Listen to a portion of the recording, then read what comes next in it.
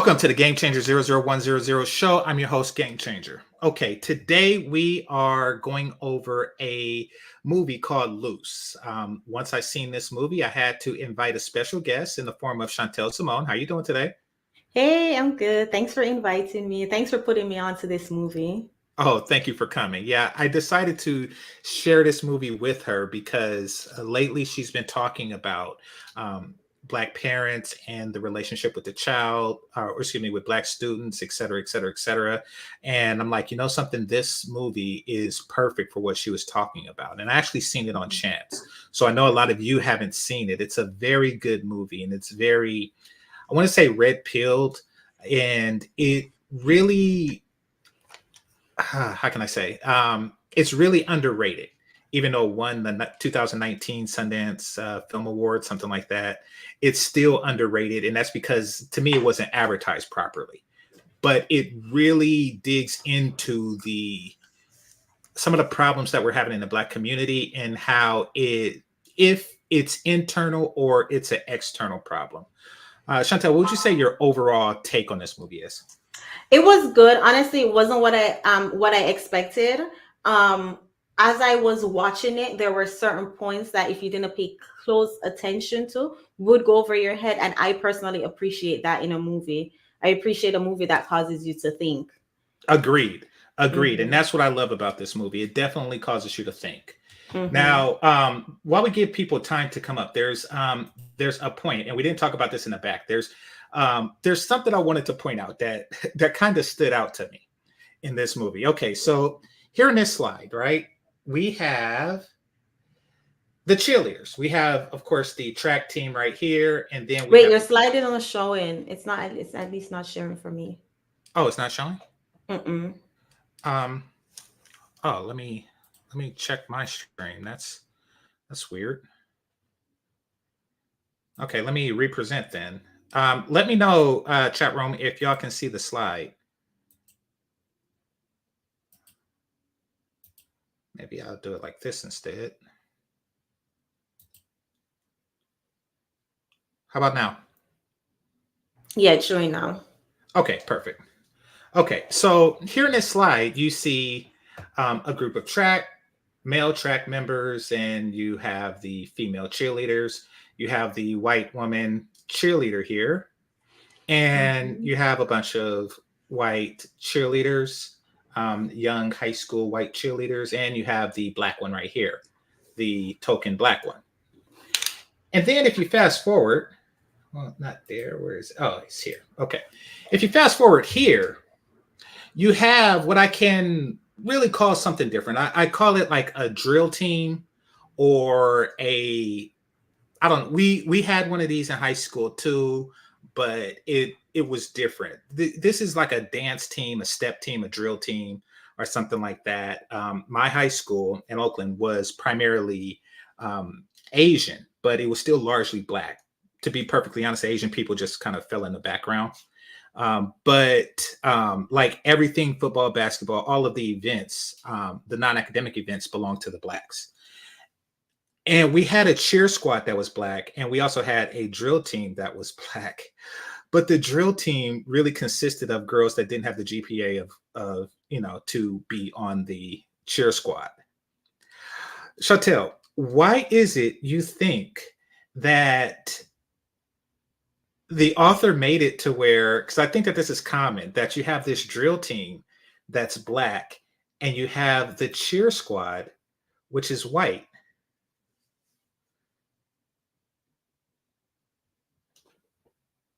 Chantel, you there? I think you're muted.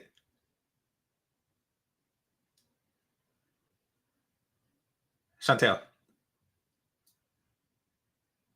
Oh, Yeah, can you hear me? yeah, I can hear you now. It Yeah. went off for me. Okay, I heard Chantel. Why do you think that? And then it went out. Okay. No worries. Why do you think the author put in this movie a segregated female entertainment thing? So you have the cheer squad, which is white, and Mm-hmm. you have the drill team, which is Black. Mm-hmm. Why is that? Is it because that's something? I mean, I'm not familiar with that culture, but that is it always like that in most schools? I think it is. My school was primarily Black. and we had both, and both were black. Mm.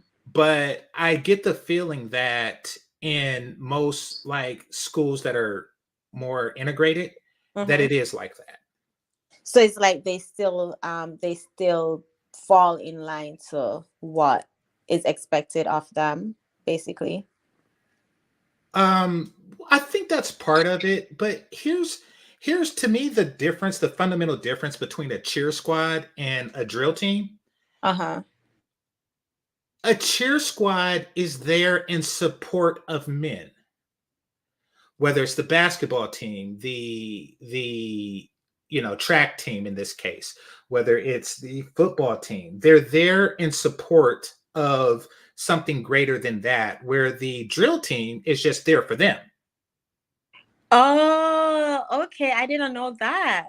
Yeah, Honestly, I don't know what a drill team is. What is I a know drill you team? got here. You didn't. Yeah, Yeah. no, I understand that you came from elsewhere. I shouldn't have posed that question, but yeah, a drill team. So here, let me bring up the slide. This is the drill team at this particular Okay. school. Uh-huh. They're not drilling for anybody. They're not on some go team go.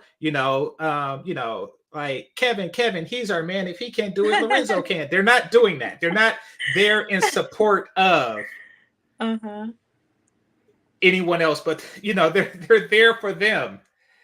But at least they're not twerking, because I know how you feel Yeah. about that. Yeah.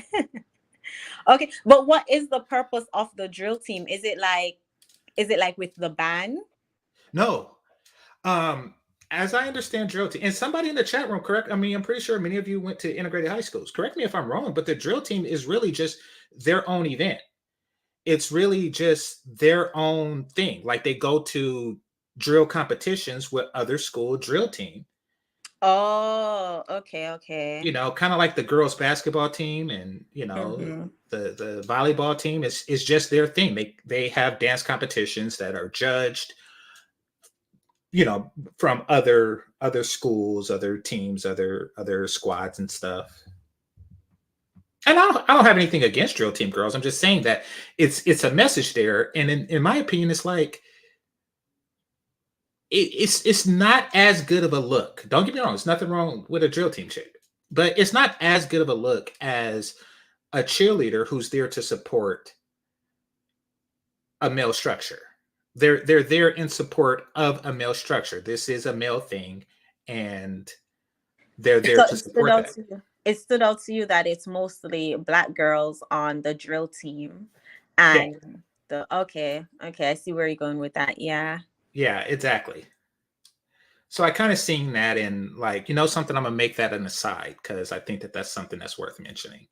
Um, that kind of stood out to me. I don't know if the author intended that, or it's just something that's so common, or if it's just a cultural thing between black and white girls, like form of dance.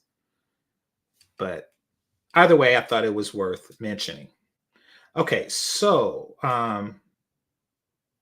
the drill team was hotter and danced better. I agree, I'm but I'm back. black. I'm in the back, by the way. Okay.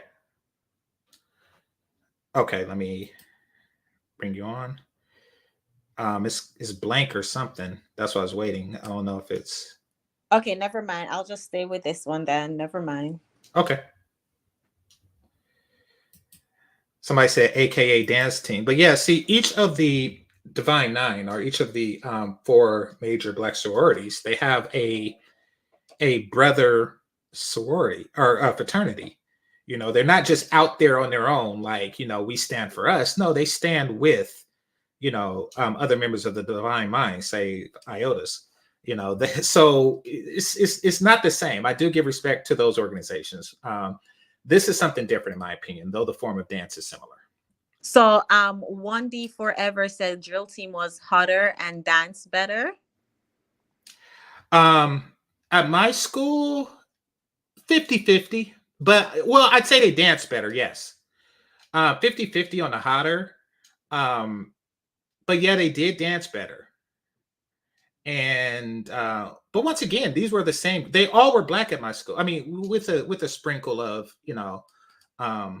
white. We had like 5 white kids at our school, and Latina. but it was primarily black, both the drill team and the thing. So it wasn't much look difference there. But I will say that it was just a GPA thing. The ones on the cheerleaders had the GPA to be cheerleaders, and the drill team didn't have a GPA requirement. They just, 1.0, come on, let's go. That was the drill team model.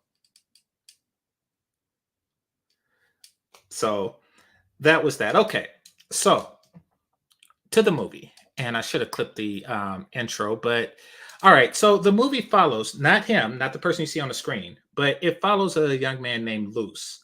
Now, Luce is adopted by white parents, and he is like the star everything valedictorian, the top track team guy. He's just Mr. It. He's adopted, obviously, and he's adopted from Eritrea. At the time, I guess it was war torn, all kind of problems. And this white American family took him in, and they raised him to be the top of his class, literally. And he met a teacher who is described to be, what's the word I'm looking for? A female canine. Yeah, that's the word. That's the word. Bitch. I say it like that so the algorithm don't pick up on it. But yeah, that is. So when she first meets his parents say that that's what she is. That's the impression she gives off, and they weren't afraid to tell their star student that. Also, remember though, the mom, his adoptive mom, she was saying she was basically making excuses for her being that way, and saying like it's a powerful woman have to be stern, because she used the word stern, remember? Yes. So women have to be stern to be successful. But at the same time, though, even with that being said, the mom, I want to say the mom is a doctor. Yes. And she's not stern, but is successful. So it was a little interesting with that. Exactly. And it's really just an excuse, in my opinion. For years they said we have to be this way. It's like, no, you really don't. You choose to be this way. For whatever reason you choose, for whatever reason you take what little authority that you have in life and become a tyrant with it. Because there do exist teachers that don't behave that way. It's not like the father was saying, oh, teachers are that thing. He's saying that she individually is that thing, and she don't have to be because the other teachers don't have to be. But no, she did make excuses, and she did protect her. And it wasn't really she was protecting her position. She was really protecting her race. She's under the belief that these people, and by these people I mean black people, black women in particular, had very hard lives, and it's up to the rest of the world to tolerate them because of their hard lives. That is what she was on at that stage in the movie,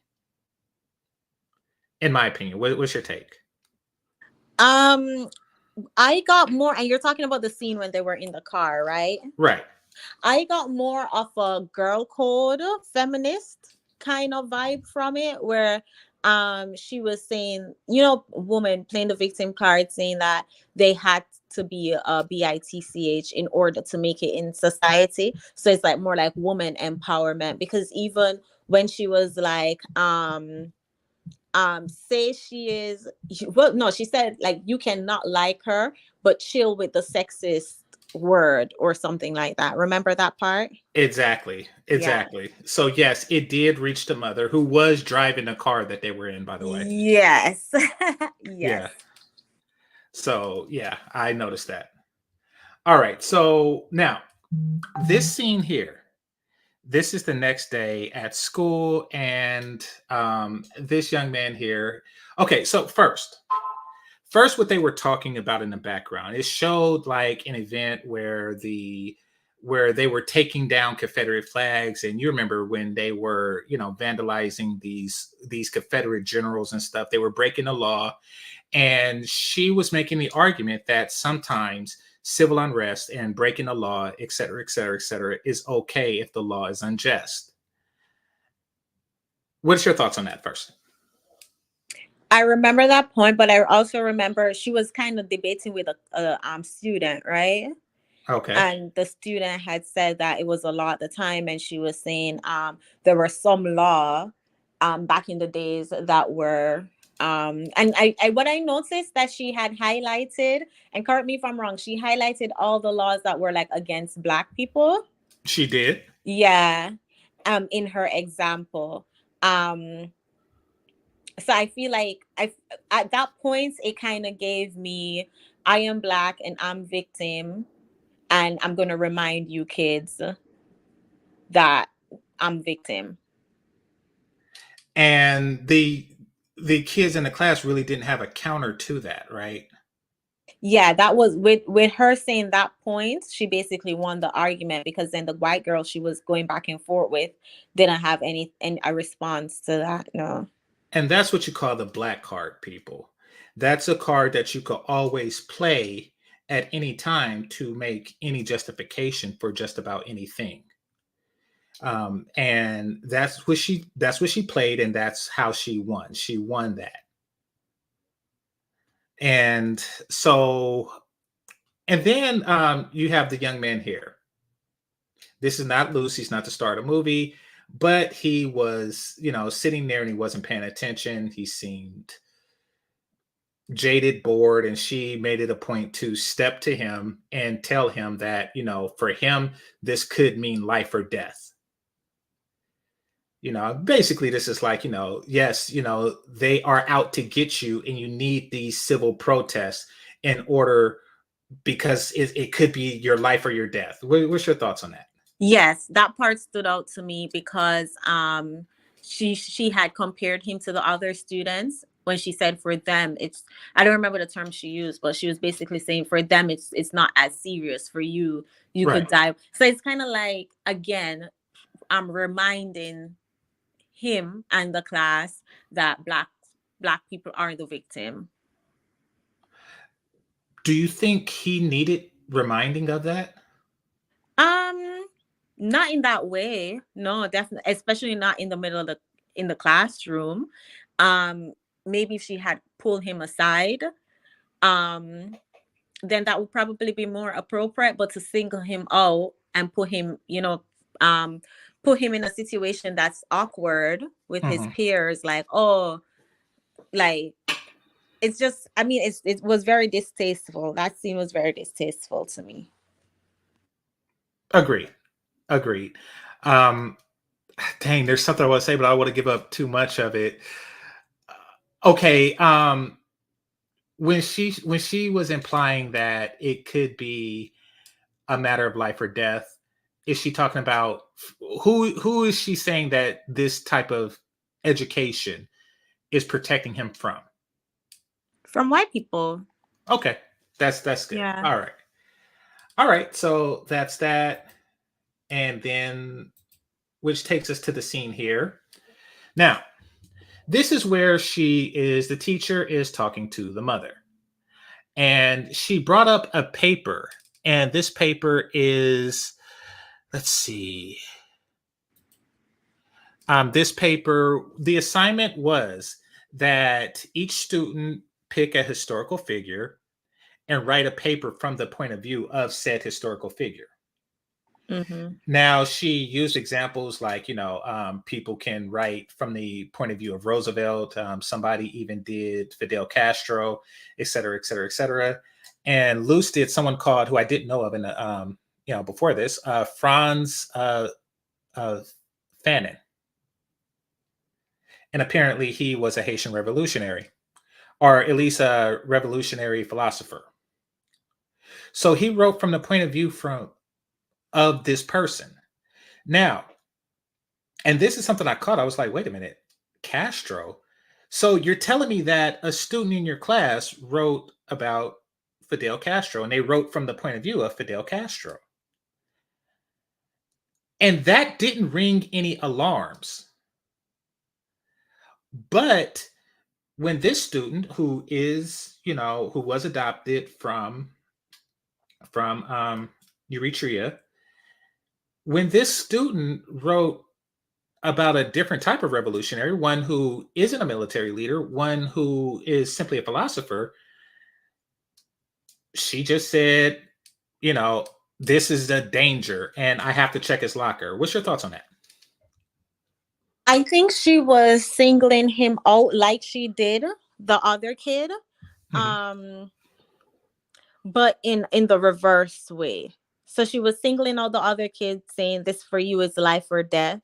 Singling out this now, Luce, saying that, oh, if you're black and where you're from, then it's like that she's kind of prejudging him, saying if you do anything, then it stands out. But as you said, if it was um a non-black kid wrote that paper, she probably wouldn't have searched his locker. Agreed. Now, I want to point out that the whole probable cause technique that she used is the same one that cops use. You know, they pull you over for, oh, well, because you have a broken tail light, I'm going to, you know, now I have probable cause to search your car. So it's, Yeah.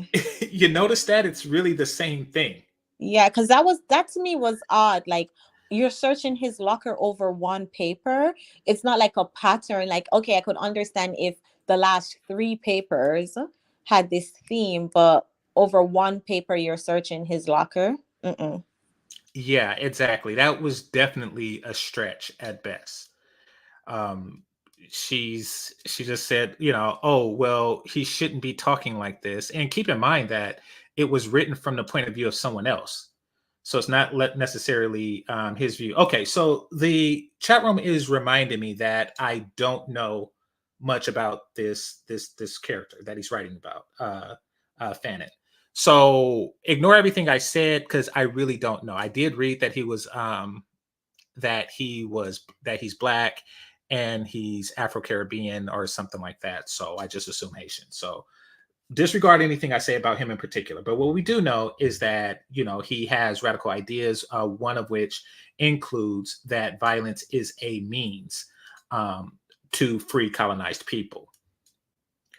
Now, it's funny because we live in the United States of America. And somebody could have wrote this, like a white kid could have written about George Washington, and it would be the exact same paper. But she wouldn't have checked that person's locker. I mean, because this country is born on violent revolution. We celebrate it on Independence Day. You know, that day that you play fireworks and stuff. No, it's so funny you said that because the other day, I'm a huge fan of The Office. So shout out to everybody who is a fan of The Office. With that being said, if you haven't already, guys, go ahead and hit the like button on both channels. But so there was a scene of The Office where do you watch The Office, GameChanger? Yes. Okay, so do you remember when they merged the branches? Scranton Yes. got merged with I want to say it was Philadelphia branch. And one of them, one of the guys been to jail. Is that what you're talking about? Yeah, the black guy. So Uh-huh. do you remember the scene where Stanley, the other black guy, kick up and said, oh, how the turntables. But there was a scene where the new black guy from the merger saw Stanley and gave him the little head bop to be like, yeah, we're the only two black people in the office. I see you, black Uh-huh. code. And Stanley was like, okay. So it kind of reminds me of that subconscious code that we're expected to be on when we see like another black person in the room, or if we're like the only two black person in an office setting. That could be the reason why she was singling him out and why she was singling the other guy out in the classroom, because I want to say they were the only two black students in her classroom, so she was paying closer attention to them. Okay. I agree. I don't know if I agree with that analogy because the nod that he gave Stanley is positive attention. This is definitely negative attention. Mm-hmm, mm-hmm. You know, this is the type of attention that you would expect from an Alabama police officer, in 1960s and stuff. It's That's like, true. yeah, Yeah. this is extremely negative attention. The mother in this scene is aware of it too. She's like, "Hey, why are you invading his privacy and and going to his locker over this paper?" And then she took the bag out and reminded him that, or reminded her that hey, this paper combined with this, like he could be trying to take the school down with illegal fireworks, which is ridiculous. Yeah, that wasn't grounds to search his locker. And when I saw that scene, I even took notes. I wrote it down, like why she searched his locker without approval from her superiors. Exactly. Mhm. Exactly. And somebody says she thought that he was a terrorist. I think that that's convenient. Yeah, I think that that was a convenient thing that she really just was looking for. All right, but let's move on.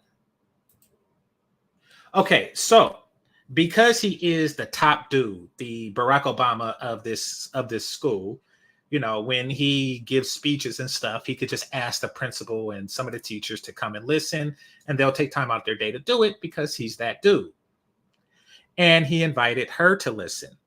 Now, this is what kills me. And at this point, I was like, I really don't like this teacher. I mean, the firework thing was bad enough that she went in his locker and found some fireworks. But this was just atrocious. This was just, it bothers me when people can't see their own irony.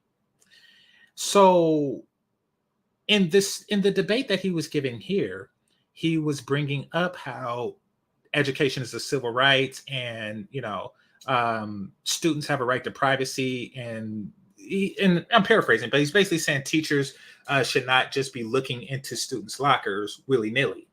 They shouldn't invade a student's privacy just at will, because students have civil rights.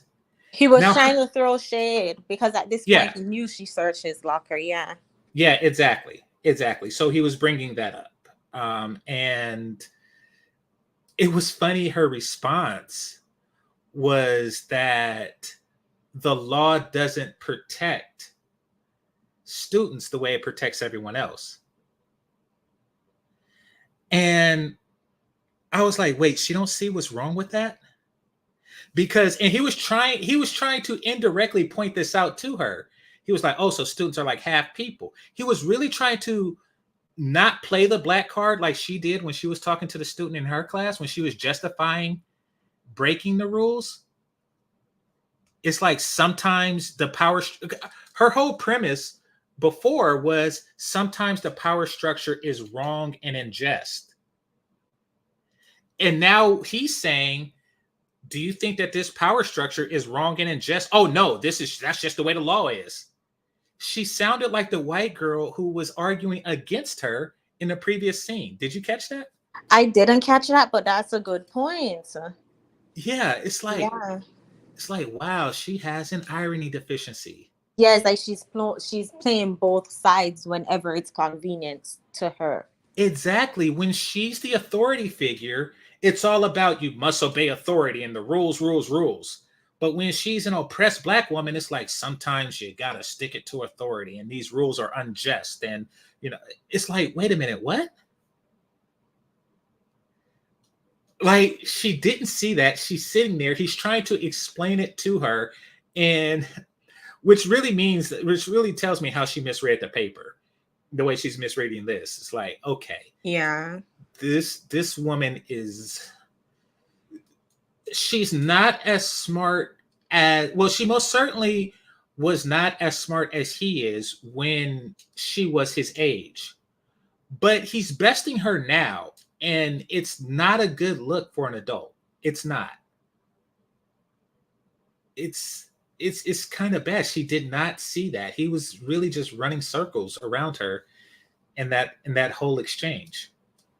Before we move on, I noticed we didn't say, but this movie is actually on HBO Max if you guys wanted to watch it. Yes. Yes, this on HBO Max. So let me move on.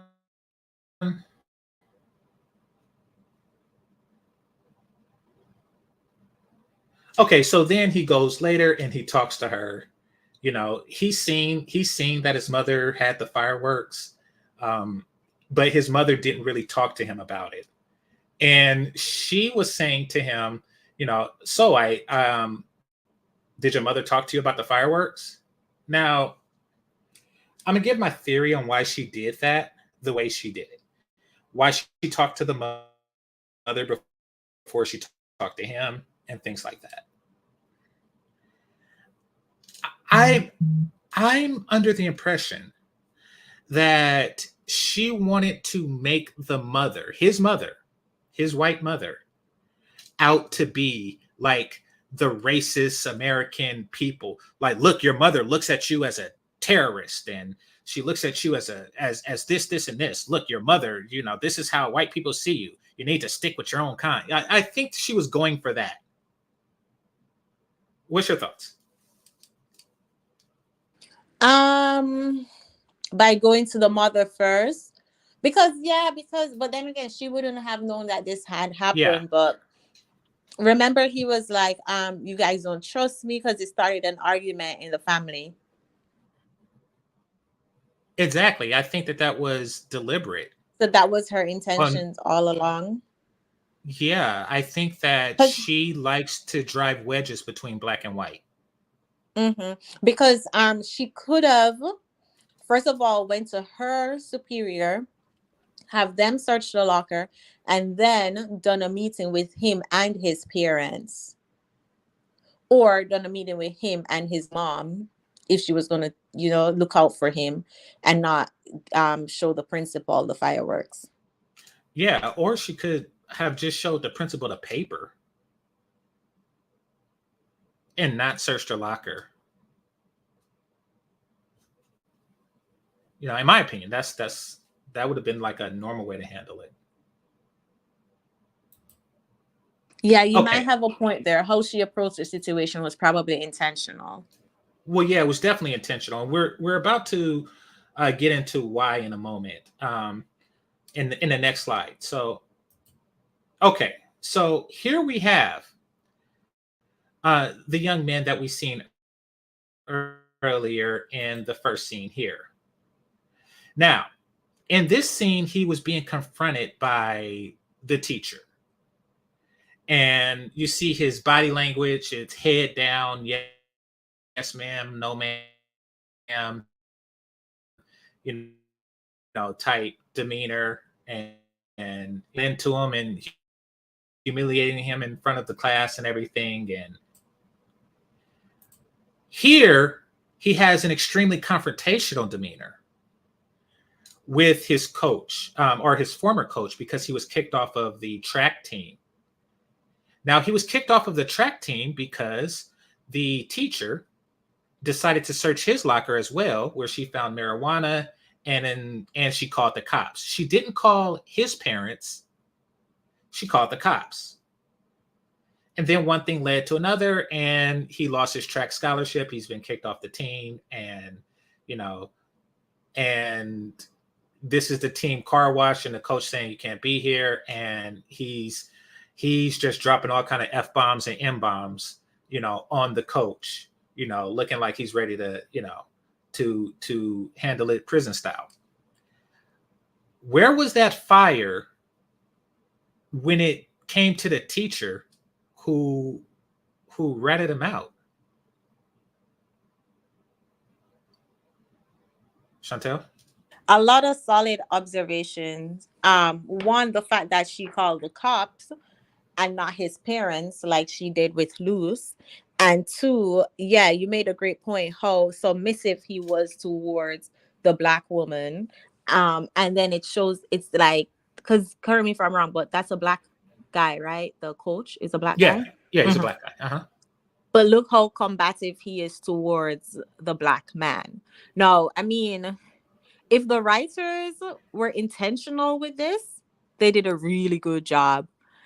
Do you think they were intentional with this? Because this is a great representation of how we were taught to respect mama at all costs, no matter if mama um destroys our life. But when it comes to black men, it's like, oh, You know, here's my theory on the writer. I think that the writer is I think that he used a lot of his own personal experience and life experience with in writing Luce's character. I think that him and Luce have a lot in common. I looked him up, and apparently he is also a West African immigrant who lived in that, I forget which country in Africa, but he also lived there, the Philippines, and he lived several places before landing in America. And so I'm pretty sure that a lot of this type of behavior is something that he observed, especially getting outside perspectives. Because you're right, we do not, here in the US, we do not, black men do not have a healthy relationship with their mothers. We don't. Or with black women in general, we see them as natural authority figures and something to exactly. submit to. Exactly. And that's because our moms were the only ones in the household disciplining us. So we do see Exactly. them. Sam posed a really good question. He said, do you think the teacher's behavior would have been different if it was a black female student with Luce's academic and athletic performance? Absolutely not. So let's just say Harriet Tubman, right? Harriet Tubman is a person, who carried a weapon, and she revolted against a system that she felt was unjust, and I feel is unjust. And if a black student were to write a paper from the point of view of Harriet Tubman, no, it would be nothing.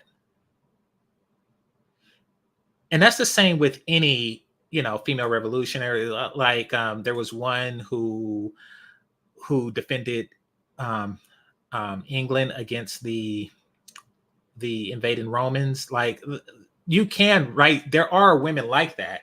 What's her name? Joan of Arc. I mean, if they had a written from the point of view of any of these characters, then the answer would be, of course, no. It would not. That girl would have been a hero and everything else. Or if it's just a modern woman that's just trying to take down the patriarchy. So the short answer is it would have been completely different. No, this is a black male centered thing. And later in the movie, I'm definitely going to explain why I believe that that's the case. But as far as your question, Chantel, as to is this for, well, what was I going to say? As far as your question concerning, wait, what was your last question? I'm sorry, I lost my train of thought. Before I read the question that Sam wrote. Yeah, before you read the question that Sam wrote. The him being submissive towards the teacher and being combative towards the coach, if it was deliberate, that if it's a matter of conditioning. Oh yes, I already answered that. And yes, that's a definite yes. I do think it's largely conditioning. If anything, he should have all the hostility in the world for because the coach, I mean, he was the star athlete, even more so than Luce. And to be clear, and this is from the perspective of adults, marijuana is something that we understand that young people do. We would rather they didn't, but we understand that they do. Just like sex. We'd rather they didn't, but we understand that they do, and it's not much we can do to stop that. That is our stance, and many of us is really on a don't ask, don't tell basis with our children on that. And I think that the coach may have been under that mindset, but the way she did it was to where she called the cops to where it couldn't be ignored now. The cops can't legally ignore this. And once the cops make it official, he as a coach can't ignore it either. So she forced his hand, but his hostility is still towards the coach, not the woman. Not her. Mm-hmm. Yeah. And it highlights how, as I said, you're expected to be respectful to mama, Exactly. even if mama, yeah. Hmm. And it's okay to be disrespectful towards other black Towards, men. exactly, yeah, yeah. Which With it being deliberate, this is he did a great job, because this is respect mama no matter what, because all her life she had to fight. I wish I could play that. It's something that I thought was not, a lot of people aren't aware of. It's just something you do without questions asked. uh-huh. So to see him put it in the movie, in the storyline, to highlight that, of course, this is one of the movies where, unless you are paying attention, or honestly, unless you have a certain level of intelligence to spot these things, you're just gonna watch it and be entertained. Hmm. These messages that he put in the movie. So even that within itself spoke a lot. Exactly. It's one of the movies that make you think so much and you want to watch it again to see what you missed. And if you haven't seen this, we're not, or at least, somewhat spoiling it, but you still want to watch it. Trust me, you still want to watch this movie. I cannot go over everything in a YouTube show. I can't capture everything. And I'm captured a lot. I even noticed the difference between cheerleaders and drill team, but even still, there's so much. There's so much that I'm deliberately not covering, but there's so much hidden gems in this that I would definitely recommend watching this movie. And it's a movie that allows everyone to have their own interpretation of it, and everyone leaves with something that stands out to them, because I didn't even pick up on how submissive he was towards the teacher and combative towards the coach. So as you said, it's one of those movies that the more you rewatch it, you're going to spot different things. Exactly. Exactly. Hit that like button, please, because apparently somebody was saying that didn't get a notification. So hit that like button.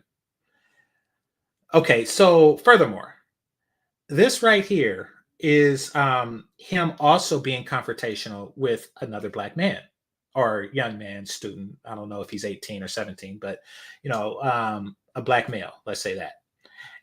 And his thing is, why you, not me? Meaning, why you smoke weed too, but yet, you're not losing anything. You're not suffering the extreme consequence that I'm suffering. So why you, not me? Which I would say it's a fair question, but the obvious answer, if I were Luce, the light skinned brother that he's talking to, the answer is obvious. You got caught. What's your thought on that? That's true, because to be fair, the guy doesn't know about the fireworks in his locker. He doesn't know that Luce got caught with fireworks in his locker, right? Oh yeah. So Yeah. so if he did, he could be saying, "Why you, not me?" Now, Yeah, yeah. But right now he because no one caught Luce with weed. So um but then, as an interesting question, he said, he was like, if I don't remember what Luce's response was, but then he said, if that's the case, let's exchange places right now. Luce's response was, "I didn't ask for this." Uh-huh. Uh-huh. Um, and okay, let's just say he did know about the fireworks for a moment, right? Then that would be a very valid question, because it's like, how come she didn't call the cops on you, but she called the cops on me? That would be a very valid question. Um, what would be your answer to that? Why do you think she? Okay, why do you think she called the cops on him and not Luce? Because his mommy and daddy ain't white. That would be Exactly. And that's what it comes down to. That's what it comes down to. His mommy and daddy ain't white, meaning that there's a chance that they might actually care about the kid. There's a chance that, that if you try to destroy his future over a petty misdemeanor, they will fight back. And with all the resources and time and everything that they put into him, they go to all his debates, they go to like a after school meeting just with a day's notice and stuff like that. They will put that into taking you down. And to be fair, we don't know what's his name? Deshaun? Deshaun, yeah. We don't know what his home life is, do we? I don't think they mentioned what his home life is like. They don't, but you could put it together.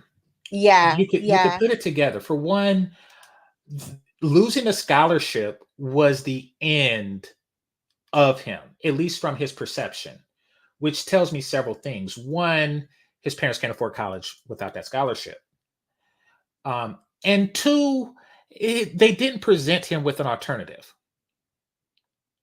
I mean, listen, for a young man at a particular school with a not fully developed sense of the world, he don't really know what options are available to him outside of that track scholarship. Yeah. And his parents didn't really tell him. It's like, hey, we got to get you out this school and into a school where you don't have this record and reputation. Because the deal that they had was with that school's track team,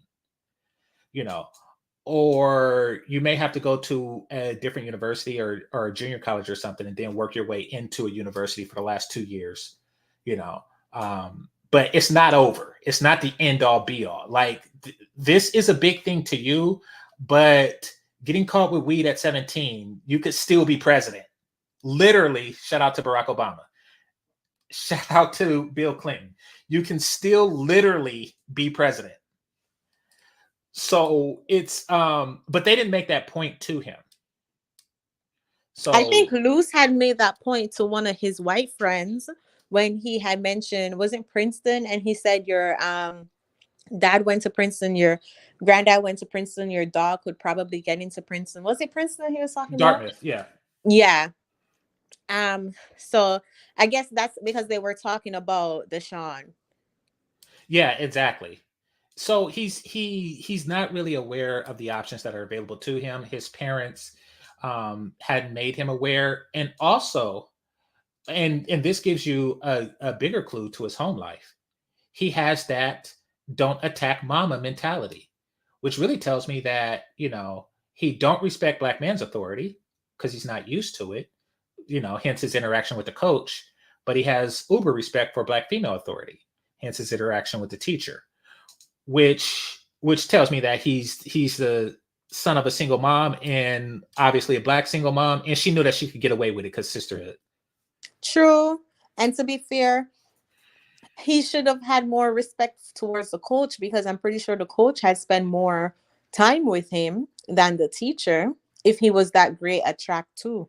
Exactly. And the coach has a greater, okay. She has like both a high and low opinion of herself.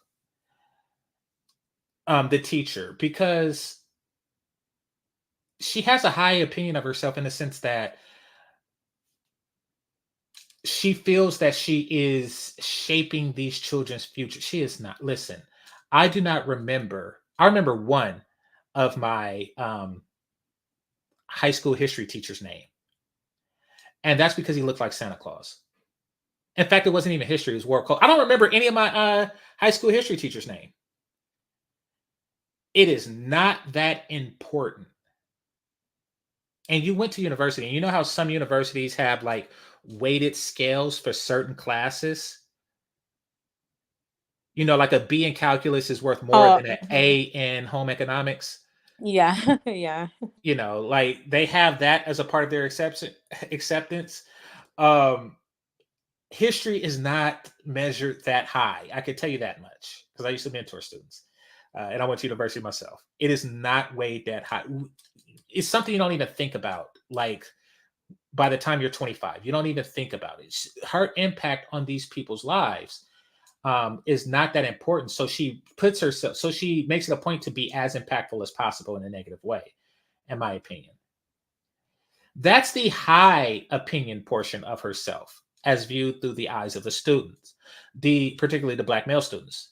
The low opinion of herself comes from, yay, I'm a teacher. And then you meet a parent like, yeah, I'm a doctor.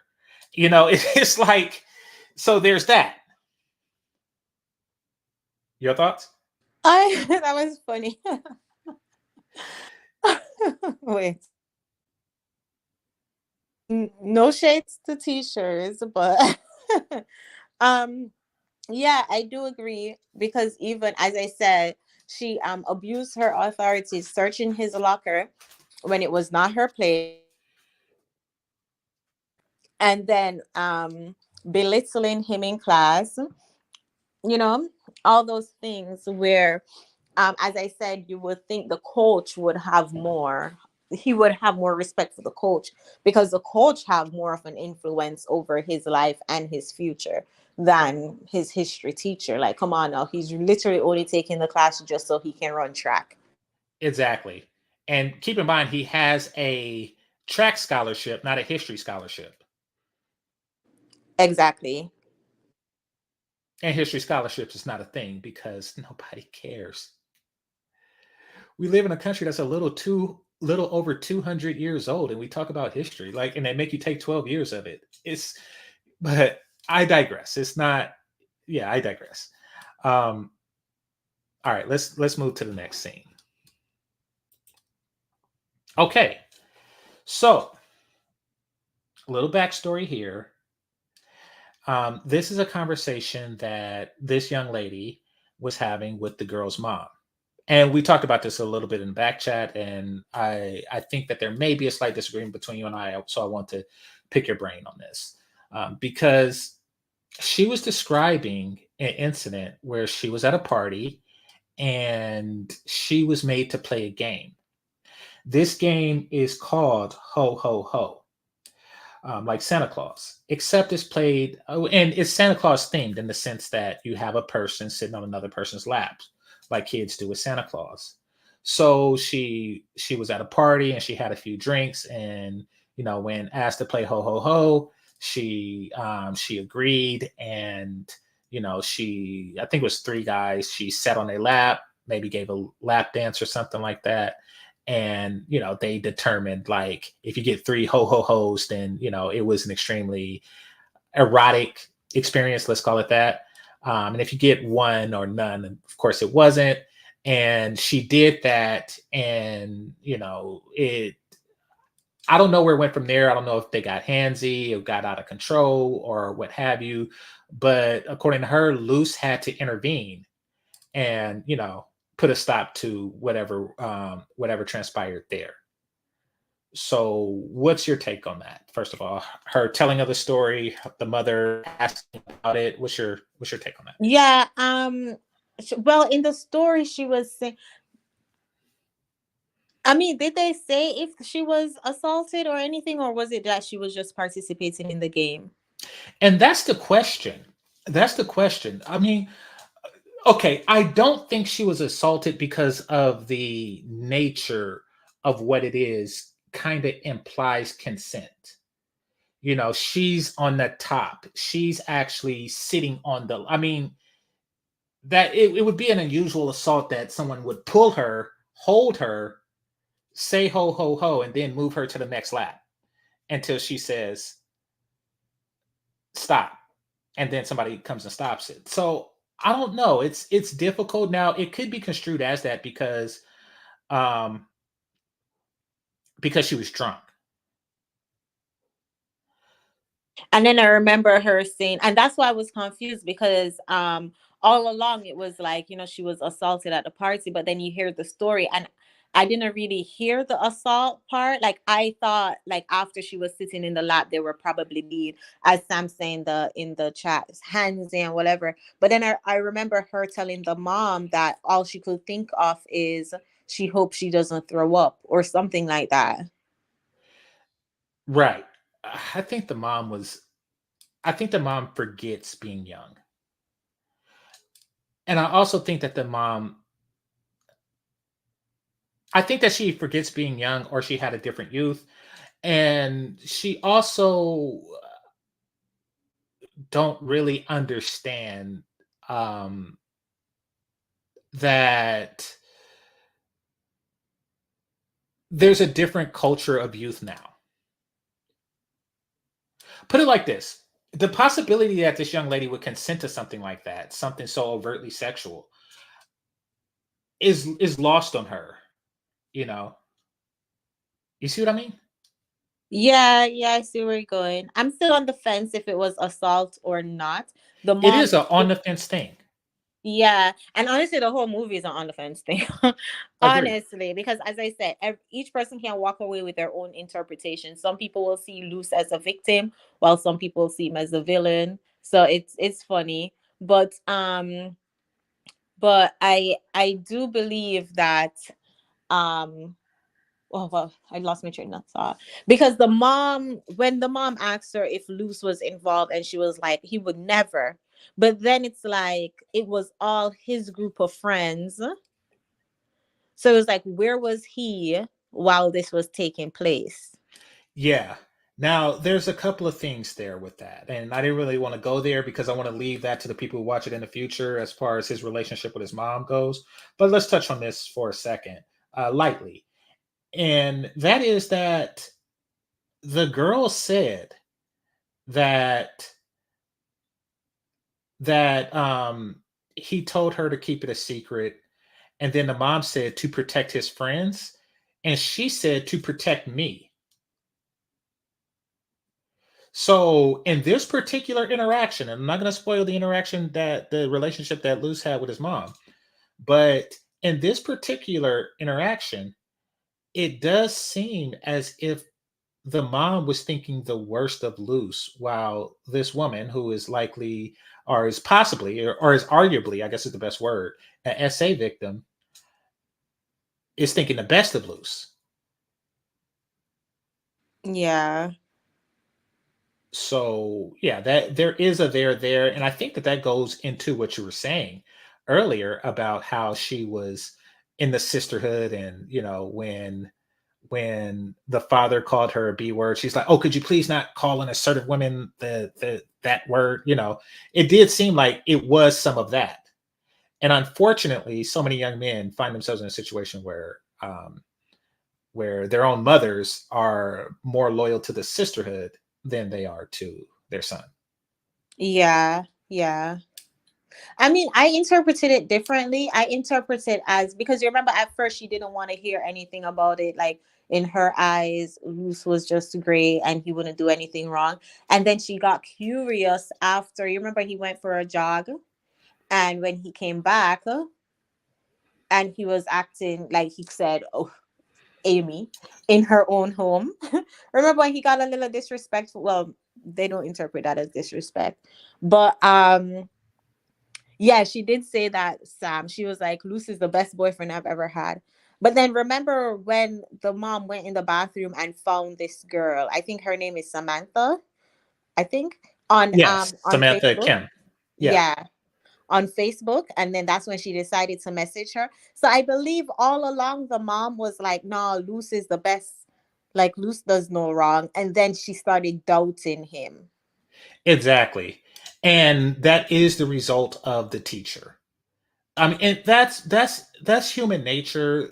That's with anything. Like once somebody make an accusation, especially when it's involving your kid or other people's kids, you don't believe them, but it's still there. It just kind of like lingers there. Like say you have a best friend, who becomes a pastor or a priest or something like that, and then somebody says, "Yeah, you touch little boys." It's like, okay, I know this guy. I don't think that he does, but am I gonna send my son to his choir practice? It's like one of those things, especially since there's a stereotype of priests.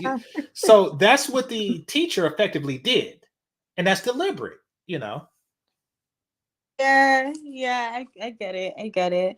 I Yeah, don't know. I'm honestly still on the fence. Sam which makes it a says good movie. it was a really good movie to the point where I need to go rewatch it Mhm. because Sam says I see him as a hero.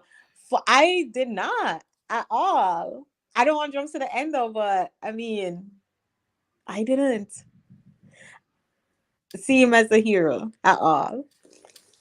I did, but we'll get. I'll give a breakdown on why I felt he was a hero at the end of the movie.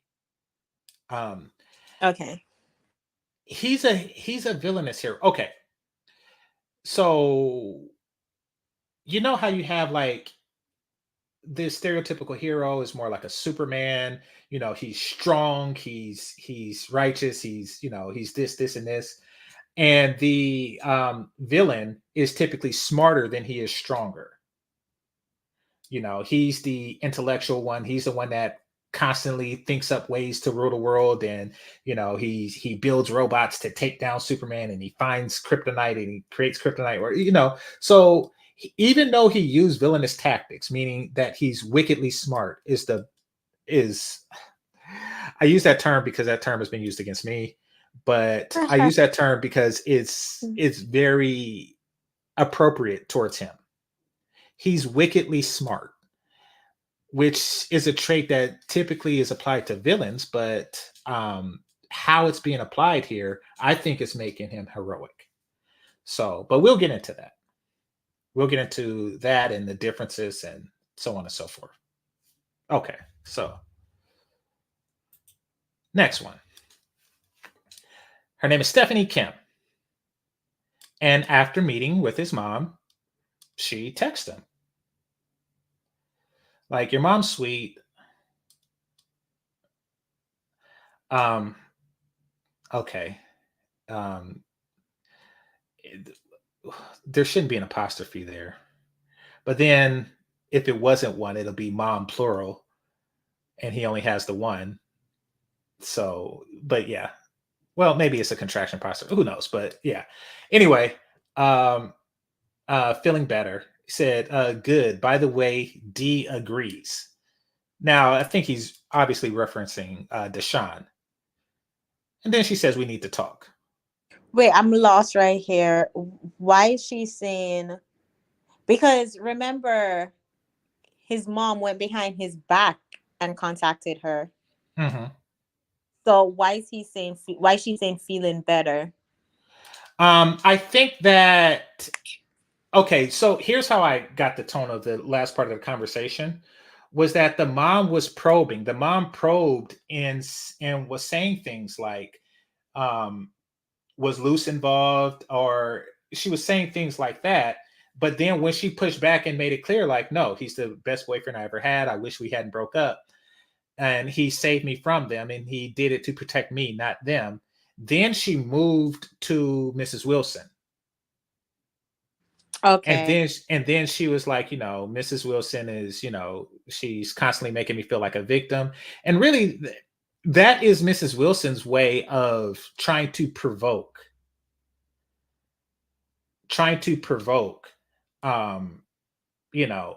legal action, or just provoke action against Luce or anyone else who may have been involved.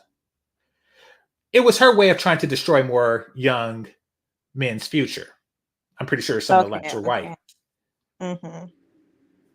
So she can't do it because nobody wants a lap dance from her. So she decided to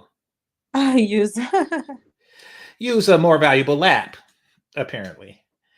So yeah, it's the same, like, because you and I are on the fence on was it an essay or wasn't it, but people can be swayed. Like, really?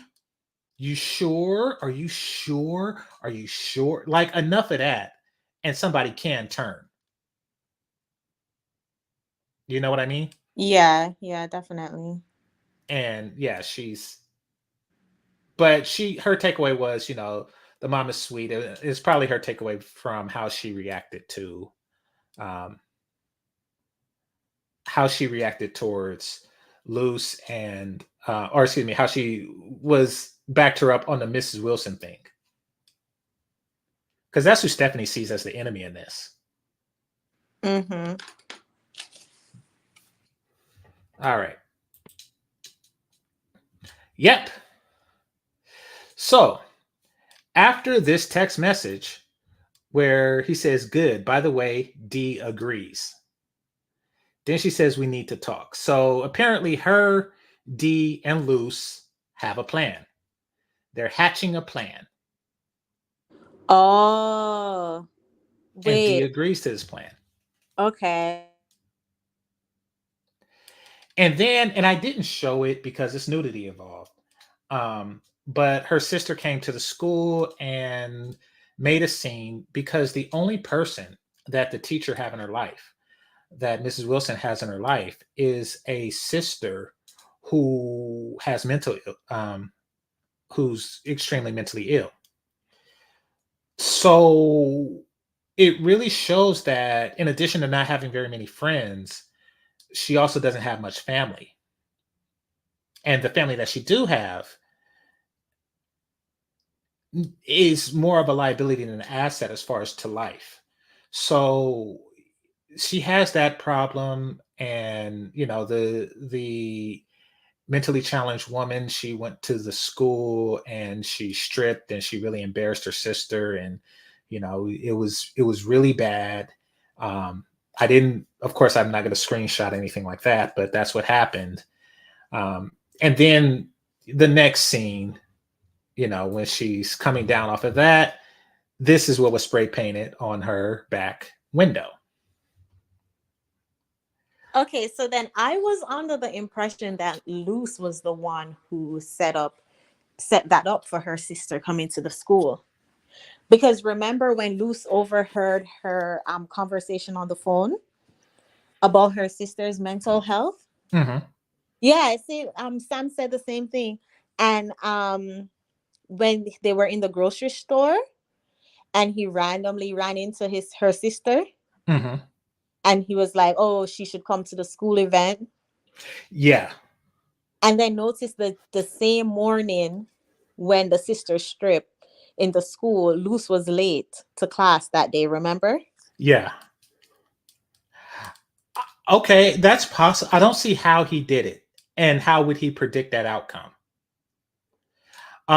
He's charismatic. It's possible. Yeah, it's possible. It's possible. I could see that the author left that up in the air, but Because I then can't picture. he would have Oh, had to convince her to get off of her meds to get that done. well, I think even with the meds, she's still troubled, and she was going through rejection and stuff. I mean, it's embarrassing, and that's why he invited her to the school event, because he wanted everybody to see that this is her situation. And also he knew that the teacher was going to reject that idea. Okay, but once again, yes, it is very likely he did it because, like I said before, wickedly smart. In addition to that, being charismatic, convincing her to come to the school seems like it'll be easy play. And because he already set in her mind that the sister is ashamed of her, it would be a reaction that wouldn't be favorable. He just didn't know what it was. Yeah. So yeah, that's that Yeah. is the yeah. Okay, I could see him pulling something like that off. Like I say, diabolical, villainously smart. Yeah. Oh, and then another part. I don't want to spoil it, but you mentioned 4th of July fireworks. This is when I started realizing, wait, this guy isn't as in a when he was like his favorite holiday is 4th of July. Mm-hmm. And he was like the fireworks. No, to be fair, she exaggerated when she was like, he assaulted me. No, she said he threatened me when he was like, fireworks are his favorite. Uh-huh. I don't think that he was harassing her. However, he was being manipulative or whatever word you want to use when he was like 4th of July, his favorite holiday, and he did a boom for fireworks. Well, yeah, he definitely was playing with her. I think it had a double meaning because they were talking about the paper, and the 4th of July is a day where you celebrate a violent revolution against colonial oppressors. So that was a reasonable gateway, a reasonable foot in the door for that conversation. It's like, hey, what do you think of the 4th of July? And once again, over her head, like, because it's a hypocrisy to be a favor of the 4th of July and to be against this Franz guy. So there's that. And then, yeah, there is the, like, like, yeah, boom, like fireworks, you know. Now, I do want to point out this, that fireworks, even the illegal ones, are meant to entertain. They just meant to be a little bit more entertaining than what society is deemed to be safe. Now, if it was dynamite or something like that, that's a whole nother story. And I also want to point out, and I didn't say this before, that the students in the school, the track team, share lockers. So one person will put his stuff in Luce's locker, and Luce put his stuff in another locker, depending on where that locker is and how close it is to, you know, a class or something like that. They share lockers. And Deshaun is part of that trade network too. So it may or may not have been his fireworks. It may or may not have been Deshaun's weed. But yeah, I do think that that interaction was a veiled threat. So then this happens, you know, to continue with the already bad day that she was having, to punctuate the already bad day that she was having. And then right after that happened, she gets a knock on the door from Stephanie Kim. And Stephanie Kim gave her what she finally wanted, everything she wanted in life, and that is the opportunity to take this black man down. The opportunity to unite with, what's the Asian word for Becky? Ming Ming? I don't Ming know. Ming. So this was her chance to work with Ming Ming to take down a young black valedictorian. Like, she finally got her lightning rod and she is ecstatic. And she's saying all the usual stuff like, you know, like, oh no, you're protecting, you know, future victims from this awful, awful valedictorian. So, and she's like, okay, she got, oh yeah, Mylene. Okay. So she got her in place and she's like, okay, now that I got her and I convinced the parents to come and the principal to be there and we're all going to get together and talk about Luce. Now I am going to, you know, accuse him of threatening me. And then I'm going, oh, actually, let me backtrack, even though I have momentum in that. I got to backtrack on what you said. I salute Luce for the firework comment towards his teacher. You want to know why? Because that is how Deshaun should have behaved. Agreed. Yes. See, Luce is not like Deshaun. He wasn't raised by a tyrannical black mother. He's raised by a mother that he could curse freely in front of, that, you know, that he could disagree with, that he even calls by her first name. But I mean, Get out my room, Amy. That was I had to pause it at that point, but go ahead. Yeah, so he didn't have this tyrannical mother, meaning that, you know, or father, meaning that he's not really conditioned to just yield and back down to black woman authority. But because he's focused on his future, intelligent and passive aggressive, yeah, he will say stuff like, "Hey, you know, fireworks are dangerous. You know, they could blow up." Like, he could, you know, he throws stuff like that out there, which really is the passive aggressive form of what Deshaun was doing to his coach. Because notice the coach isn't here with Deshaun like, "Hey, he threatened me," you know. So That's a good point. And the coach would have had a way better argument than Miss Wilson, because Deshaun did threaten the coach. Exactly. It wasn't passive aggressive. It was aggressive. So yeah, I'm happy that he did that. But she's calling that out. She's not going to get very far with that because it's very veiled. And hold on, G Girl says something. The better question is loyalty to black men beneficial? benefit depending on the black man, I guess, is the answer to that. Not So the dusty baby daddies y'all be picking. yeah, I mean, that's the best answer I could think of for that. It depends on the black man. You know, to some it's loyal, it's beneficial, to others it's not. So, but yeah. Anyway, so she brings that up, and everybody's on Luce's side, and then she comes with, "Where were you last night?"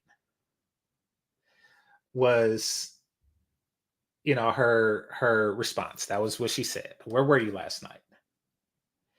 And then him being diabolical, being wickedly smart, whatever you want to call it, villainously clever, whatever words you want to use, he already had his alibi set. Now, keep in mind, at this time, she has Stephanie Kim or Mylene.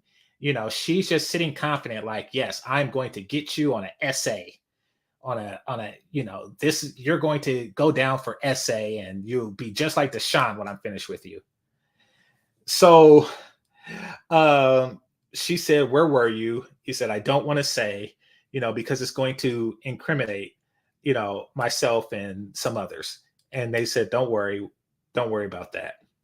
Then he puts the phone on the table. And this is where he is. Now, it's blurred, but that's him 20 hours ago, meaning that that's where he was at last night. 20 hours ago. And that's him with Stephanie Kim, her legs on his legs, and et cetera, et cetera, et cetera. And yeah. So that actually happened. And now she's confused. She don't know what to do. And on this, notice how it's labeled 420. So, and this is his preconceived. This is his pre-rehearsed, his setup. This is his setup alibi. So basically what he's saying is, I want you to know, I want my parents, my principal, and you to know that I smoke weed and that we smoke weed. Oh, is that to in defense of Deshaun? Exactly. Like, listen, it is not that big a deal. The principal didn't do anything with that evidence of adolescent weed smoking. He didn't. He's like, no, I know you all. I know y'all are all good kids. And that's what would have happened if she brought the weed to Deshaun, but she called the cops. Or if she brought the weed to the principal, but she called the cops. He would have said, okay, you're suspended for a week. I know you're a good kid, but, you know, I got to do something. That would have been the end of that. Nobody cares about that. Like I say, you know, there's this understanding that we know that many of you do it. We just hope it's not our kids, and we really don't like that you do it, but we understand that you do. That's just how parents feel about weed. So yeah, he's like, listen, we smoke weed. Y'all not gonna do anything about it because it's only serious to you. And this is me, and I was kicking it with the girl who just came to your house last night and accused me of SA. And so then she goes and she looks for Kim, only to find that Kim was gone, and she looked really bad. Now No. Go for it. Question though, and this is where I'm confused. Why would Kim go to her and accuse him of SA? Is it like all in the setup to set her up to make her look bad? That's exactly what it was. That's exactly what it was. And this is why I say he's diabolical. He's wickedly smart. He's villainously clever. He's all of those things. Because remember here, you know, this is where it's like, you know, D agree. So D is on board. Mm-hmm. Then it's like, we need to talk. So, you know, they're obviously on good terms. And this is when he concocted the plan. You know, he set the alibi and he set up everything. Yeah, exactly, to destroy her credibility. Yeah. It's funny because G Girl is basically proving our point how Black women set out to destroy Black men's reputation. Absolutely. Just by having this conversation, and just read what she's coming in here with. Like, what does that have to do with anything we're discussing? I haven't even read what she said. I'm going to read that later, like after we conclude this. 'Cause I got a feeling that she has a lot on her mind, like women like her do, and it has nothing to do with the movie. So the teacher wanted to ruin Deshawn's reputation, Uh-huh. and she wanted to prove, for lack of better words, that Luce isn't a great of a kid as everyone thinks he is. Exactly. Exactly. And yeah, like Kevin said, she fell for the bait, and now her credibility is shot, you know. And then she pulls out her trump card, and her trump card is the illegal fireworks.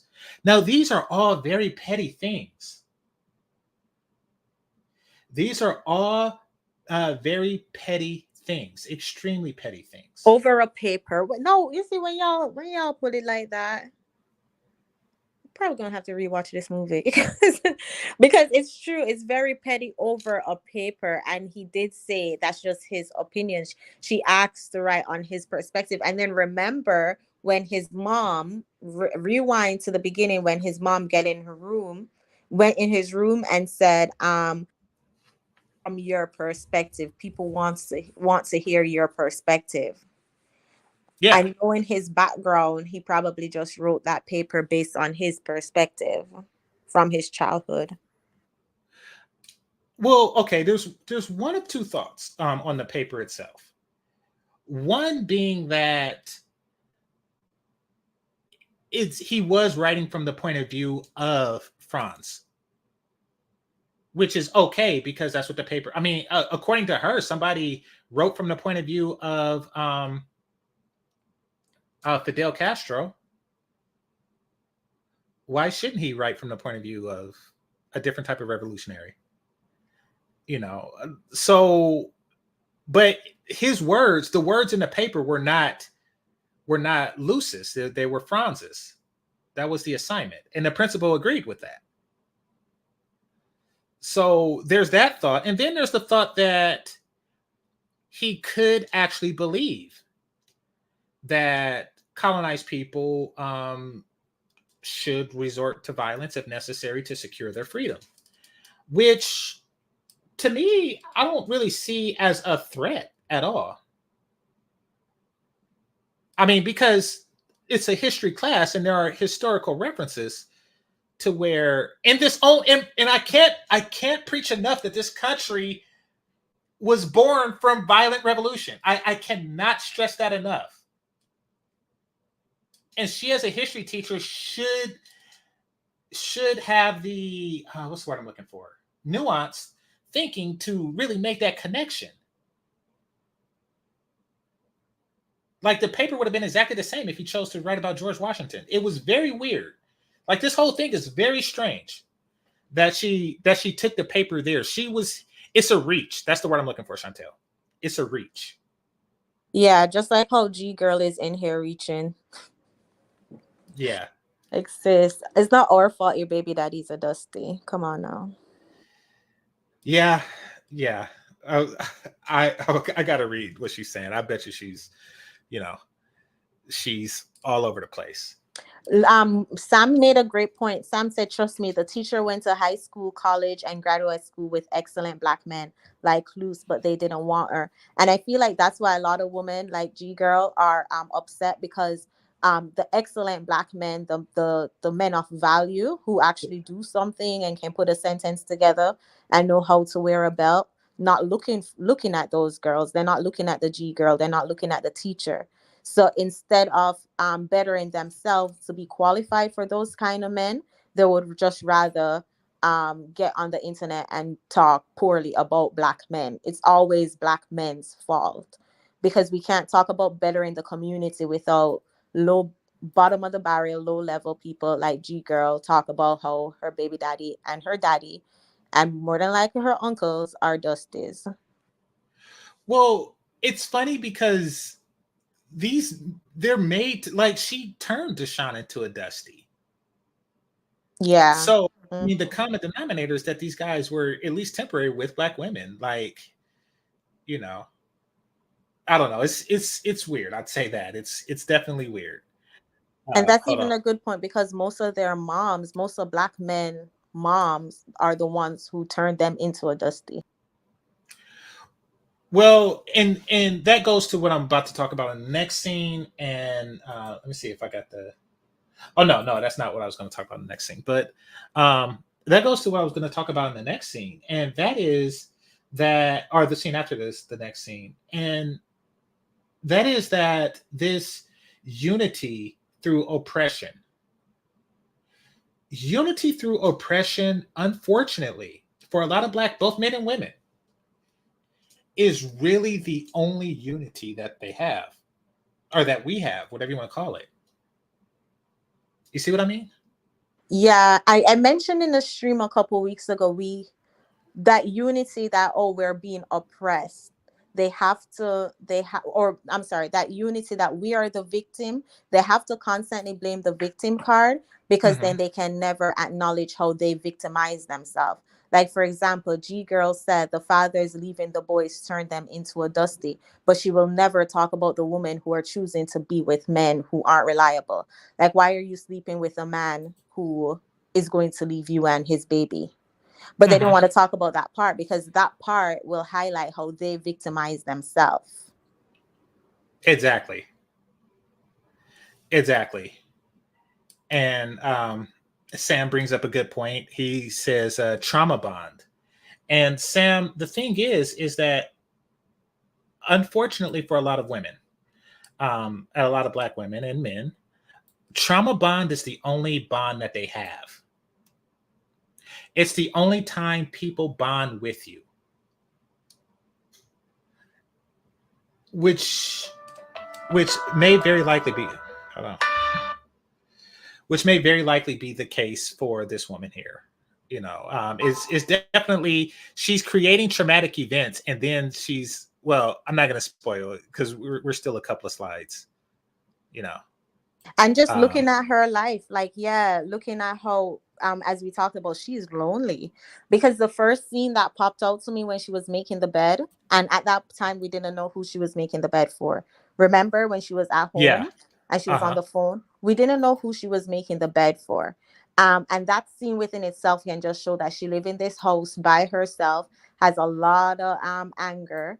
As Sam said, she probably met a lot of well-to-do men who did not want to look in her direction, and instead of looking within and saying, maybe it's me, she will rather put all her energy in being obsessed and reaching, as you said, over a paper.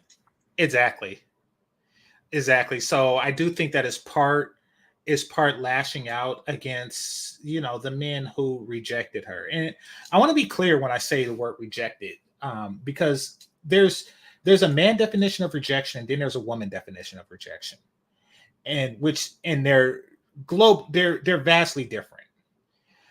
We as men define rejection as if we shoot our shot and then get shot down. That's a rejection. It's clear that this woman is not interested in you. Women define rejection, and correct me if I'm wrong, you being a woman and all, women define rejection as a man not hitting on her. Yeah, multiple times in the gym, and you walk by, and if he doesn't say anything, then that's a rejection. Yeah, exactly. So, and the reason why I'm saying that is because she was definitely rejected.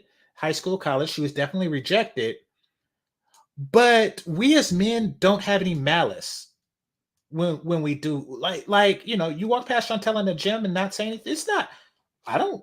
It's not malice or anything. It's just. It's not malicious. We don't. We as men are. I mean, like, do you know how many girls I don't hit on? I mean, I don't. I don't hate them. I don't. It's not malice. So it does puzzle me, but I understand that it's something that's commonly done. But it does puzzle me when women behave like, oh, game changer rejected me. Like, whoa, whoa. As Um, Sam said, they get upset if you don't validate them. So I guess not looking at them or not. I mean, and that's why they go as hard as they do on their social media. That's why they post so many thirst traps, on their social media, because the more people like them, like their pictures, is the more it validates them. Yeah, exactly. Exactly. So yeah, she is in the crux of that. You know, it's not like black men collectively like, oh, let's get together and ignore her, like, or something like that. It's just like, you know, hey, there just so happen to be prettier girls at this university. That's not a rejection. That's, you know, or it just so happened to be more interesting girls in this university, or, you know, we just click better. And that seemed to have been something that happened throughout her life, because what's worse is for her is that she, after university, she went into education. So what does that mean? It means that that social setting is still there. That social dynamic is still there, and she's still being rejected in a very real way. Okay, for me, take me for example, right? There's no real opportunity for me to hit on or be hit on by anybody I work with, because for one, I work from home, and for two, I work with mostly guys who are sprinkled out all over the country, none of whom is in Northern California that I'm aware of. So it's just not going to happen. There's no there. So there's no opportunity for rejection. She, on the other hand, worked with other teachers, you know, other fathers and stuff like that, each of whom, you know, and of course, some of them are single fathers, you know, being that half the population is divorced, you know. So it's constant. Like every time a father who's unwed comes to talk about his son or daughter to her and he not say anything, is further rejection. And it's continuous and it keeps happening. So that's her life. And yes, she lashes out at that. Like a lot of women do, unfortunately. Yeah, and it goes back to the trauma bonding. So with them, it's like, um they say misery loves company. So Mhm. if I'm mad at this, or if I'm feeling rejected at this, then you should too, and we can sit in our corner and we can all talk about how men are, and we should all talk, like, to confirm their bias, that um like she did with Deshaun, she turned him into a Dusty. It has Right. to confirm her bias. Exactly. G girl is in here, upset as ever, using her caps lock over what? Because we're not talking about dusty black men. Well, I mean, I did see something she said about your twerking thing. Like, My twerking, I missed that. Like women yeah, let me see if I can twerking. highlight it, because she said something, not your twerking thing. You weren't the one twerking. Oh, absolutely not. We got class over here. But let's see. Oh, Sam made a good point. Loki, she's also mad at Luce having a non-black girlfriend. I think, and it's so interesting And that the coach had a non-black wife or girlfriend. Yeah. Oh yeah. It's so interesting that G girl is in the chat with the same attitude that the teacher was demonstrating, where it's like, unless again unless as a black man you're buying into their bias, that they're all dusty, that they're all broke, that they don't take care of a kid. If you are against that, then they're going to lash out at you. If you don't want to focus on the dusty black men, then they're going to lash out at you. Yeah, exactly. Well, I mean, it's now a situation to where if the men aren't the problem, then who's the problem? And I really wouldn't recommend anybody, man or woman, to look at it like that, because sometimes it's just bad luck. You know, like sometimes it's just bad luck. It's, you know, you could do the right things and still have the wrong results. That's not the case, you know, in anybody here that we're talking about, but that is the case. That is the case for many women. But it's more comforting to sell the narrative to themselves that our men are dysfunctional, and that's why I don't have one, versus that I'm just unlucky. Like the comment you have on the screen, it proves your point so well. She said, "You're a part of the problem. You talk about black women twerking, yet black men funded the movement for black women to be sexualized." And it's like, Yeah, at it's strip clubs. it's that argument where it's like, okay, what comes first, the chicken or the egg? And instead of having the conversation from both perspective, where it's like, okay, woman, you're twerking, and men, obviously men are paying for it, because OnlyFans wouldn't be successful without the simps. They just want to focus on one side of the conversation, the simps. Well, I mean, but it also takes away all agency from the woman. I mean, so okay, G girl, send me some nudes. I'm a man and I say do it. Like, I mean, come on, you don't do everything just because a subset of a group of men want that, right? You do have some agency. Like, I mean, you like every man support things like prostitution, stripper culture, OnlyFans, as mentioned in the thing. Like every group of men have a group of women that either sells their sexual function or sells or their sex function or their sexual function. It's, what are you talking about? Like, I mean, the men are going to do that and women are going to react however they choose. But the reaction determines the type of woman you're dealing with. Exactly. G girl is one of those women who will get pregnant for a dusty and then blame the dusty for not wearing a condom, Yeah, exactly. putting her womb in that dusty's hand. And it's so funny, like she will believe that that is a valid argument. Well, men, don't spread your seed. And when you have the conversation about women, well, why are you even allowing a dusty to spread his seed? Then it's, oh well, you are a pick me, you are a mammy. It's heartbreaking to see how many women will have this mindset. It is. It is. And they try to spread it to other women. And yeah, it all comes down to boxes. It That but we're gonna talk about boxes in a moment. as Uh you guys come in, hit the like button on both channel. For those of y'all who just coming in, the mainstream is on Game Changers channel. Thank you. All right, so this is when he made a fool of his own teacher because he is diabolical. He's diabolical. So the teacher was humiliated, and the principal gave the "we'll talk tomorrow." She's like, no, let's talk about no, we'll talk tomorrow, which means that she's in some level of trouble. But that's not enough because Luce is diabolical. He's diabolical. So so then that same night, just all of a sudden, there's a fire in her classroom. Diabolical. He's diabolical. With fireworks that was in her desk. I'm like, oh man, you gotta love hate this kid. You just got to. Because he planted it, right? I assume so because in an earlier scene, because I've seen it twice. I know you've seen it once, but I've seen it twice.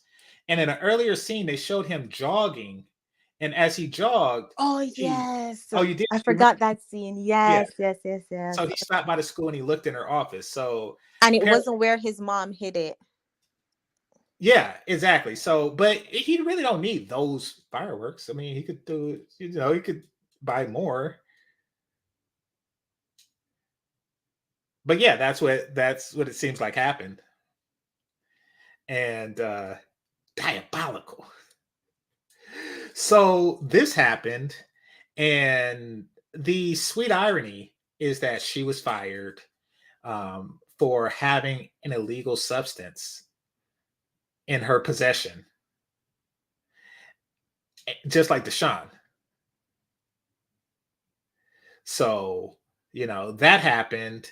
And yeah, so that was a thing. Your thoughts on that? Because I know you were saying that Luce is the villain. So I know. And you see, it's little things like that. Let me say, okay, yeah, he's a villain. But honestly, as you guys have been breaking it down, like I'm seeing, because to be fair, it's over a paper. She's doing all of this over a paper. So that part, like when you keep that in mind, and then also when you think about what she did to Deshaun, like uh-huh. okay, now I kind of understand why he's pushing back. As Sam said, like he's just not falling to take this from the angry black woman. Exactly. Deshaun is conditioned to not push back against her, and that's why she went to the cops on Deshaun. You know, but Luce is not conditioned like that at all, and he did push back, and he used all of his Ivy League qualified valedictorian IQ points, or brain wrinkles to really push back on her. And now she's fired, pun intended. Look at the screen. Now she's fired. And the job was the only thing she had, like, ever. And the thing about history teachers, and this isn't a shot at people with non-STEM degrees. It's not the basket weaving degrees. Yeah, exactly. It's companies aren't hiring in their history department. I almost played the "oh my god" clip. Yeah, it's like, you can't go to Google and they're like, hey, we need somebody who know George Washington's shoe size. It's there are way more history graduates than there are history jobs. There are way more people graduating with a degree in history than there are history jobs. And that is what it is. It's not, you would have been better off studying a foreign language, or majoring in linguistics or something like that, which isn't STEM either, but still, I mean, we do need more translators than we need people that know history. So, but I noticed that the people who do well with that type of stuff, right after college, they hit each and every single mark perfectly. And that's the only way I ever seen it work. And here's what I mean. Like, right after college, they look for a job for a bit, they get that internship, and then they get promoted a couple of times. And if they jump from job to job, they do it strategically and they hit the mark all the time. Like they go to the right startup, and that startup becomes, a functional company, and they grow with it. Like, those are the ones who I see being successful with that in real life. She's not like that. She went to public sector, or excuse me, she went to public sector, which pays less but is secure.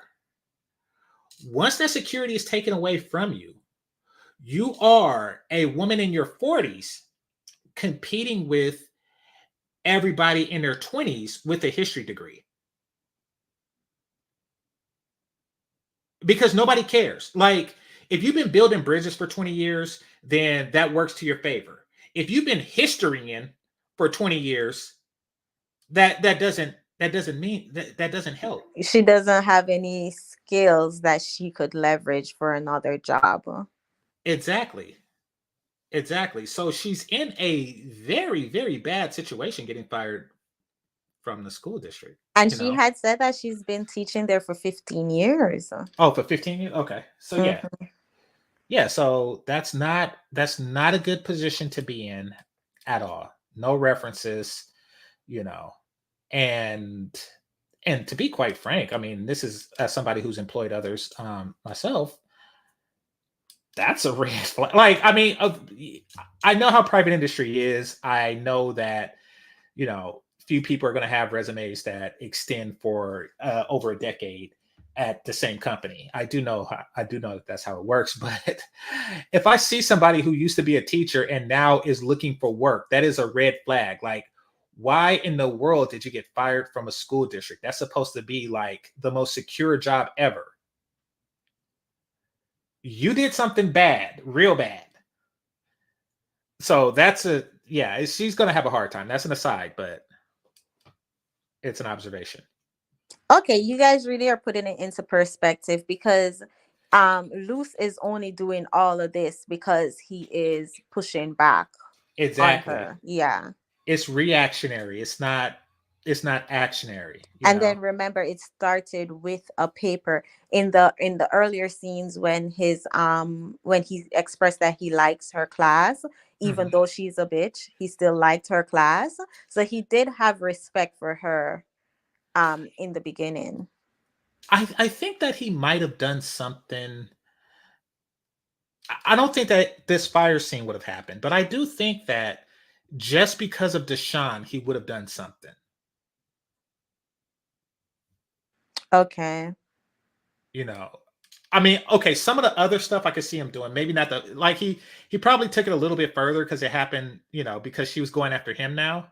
Mm-hmm, mm-hmm. But I can see him sending his sister to the school, humiliating her that way, you know, um, spray painting the house. I can see him doing stuff like that because of Deshaun.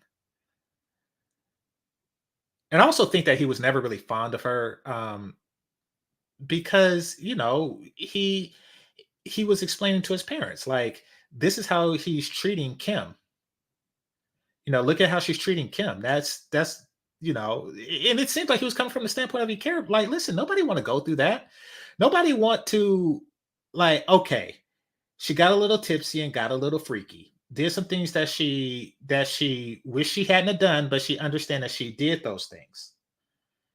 That seems how that scenario was viewed by Kim herself, by Stephanie Kim herself. Did some things she wish she hadn't done, but she understand that she did those things. I so like after that, to have somebody like, you know, if you're strong, you'll stand up, meaning that if you're not standing up, if you're not accusing somebody over something, you're weak, and have them to repetitively do it, and relive that time you got a little freaky, at a house party is not very comfortable. You're not, so yeah, she was just all around out of pocket, and Luce was the first person to stand up to her. And keep in mind, she's been doing this for years. How many other, lockers did she invade? That's true. Remember too at the dinner table in the earlier scenes when he was basically saying that Deshaun was treated poorly Mhm. because of the expectations that's placed on him. And he was telling his parents, more specifically his dad, the responsibility that he feels to be this accomplished student only because of his background. Remember that Mhm. scene? Yes. So maybe Yes. that's when he opened his eyes. As Sam said, what happened to Deshaun scared him, made him realize, as you said in the beginning, the expectations that's placed on Black men, by Black women, um, when it's like, how dare you be successful? And if you are successful, save the community, Black men. Now, do you think it's this? Do you think it's an expectation or a desire? A desire from the teacher. Yeah, exactly. What would the desire be? Okay, so an expectation of okay, so say I see somebody drunk and they're walking and they're stumbling, and like I expect them to fall. Like I'm just going to sit and watch and I expect that person to fall. That's my expectation, that they're going to fall. However, if I went and pushed them, that's beyond an expectation, right? See, what I'm saying is she's not just expecting them to fail, she's making them fail. In Deshaun's case, and she attempted to do so with Luce. Okay. Okay. I get what you're saying. So it's like she desires him to, because yeah, she went out of her way to make Deshaun fail. Exactly. Mm-hmm. And then, they touch on it before, and we haven't talked about it, but they touch on it before that, Deshaun is um he was hanging around the wrong crowd. So he took his life in a completely different direction after that because he lost hope for the future. Yeah, yeah. So she created the Dusty. Exactly. Yeah. Exactly. And then, she did this to him, she did this to him after she created a Dusty in him, you know. And Then she then she Lorenzo, talks about how the white man is going to keep you down. and yeah, exactly, when she was the one who put him down in the first place. The white man was giving him the pass because the white man in this situation, being the principal, Right. was giving him the pass. So it's The like, we black women in this scenario, for this analogy, black women destroy their own community, then turn and look at black men and say, why weren't you men enough to protect us? exactly. Mm-hmm, mm-hmm. And now you see why I picked this movie, Chantel. Yeah, and that's why I say it's so funny. G girl is in here. Lorenzo says, Chantel, this girl is very triggered by you, and she's a representation of the black woman who get triggered when you highlight how we victimize ourselves. We highlight that we become single moms, make life 10 times harder for us, and then bawl about how we have to be masculine because we are single Exactly. moms. Like, it's we literally put ourselves in that situation and then bawl and blame somebody else for us being in that situation. Right. They're trying to control the lens under which white society sees black society and black men in particular, which is why, they'll say black girl magic, black girl rocks, and at the same time say, niggas ain't shit. That's not a Exactly. that's not an accident. They're they want to paint themselves in a certain light, and she's obviously, as a teacher, she's obviously for that. And speaking of light, she's about to, we're about to get to the scene where she talks about that. But what do you think, Chantel? By the way, your picture isn't showing. You're like a white circle on my screen. I noticed Okay, that. yeah, no worries. But what do you think she means when she says benefit on the highlighted comment where she says black marriages don't even benefit black women for the most part? What benefit do you think she means? Oh, G girl, Mhm. black marriages don't even benefit because I feel like when people like her talk, I mean, and based on her comments, something as simple as her caps lock, you can tell that she doesn't. No disrespect, G girl, but we use the common sense. We can observe certain things and draw certain conclusion. But based on how she formed her sentences and use her caps lock, we can tell that she is not very intelligent, for lack of better words. Yeah, girl, is you drunk? Yeah.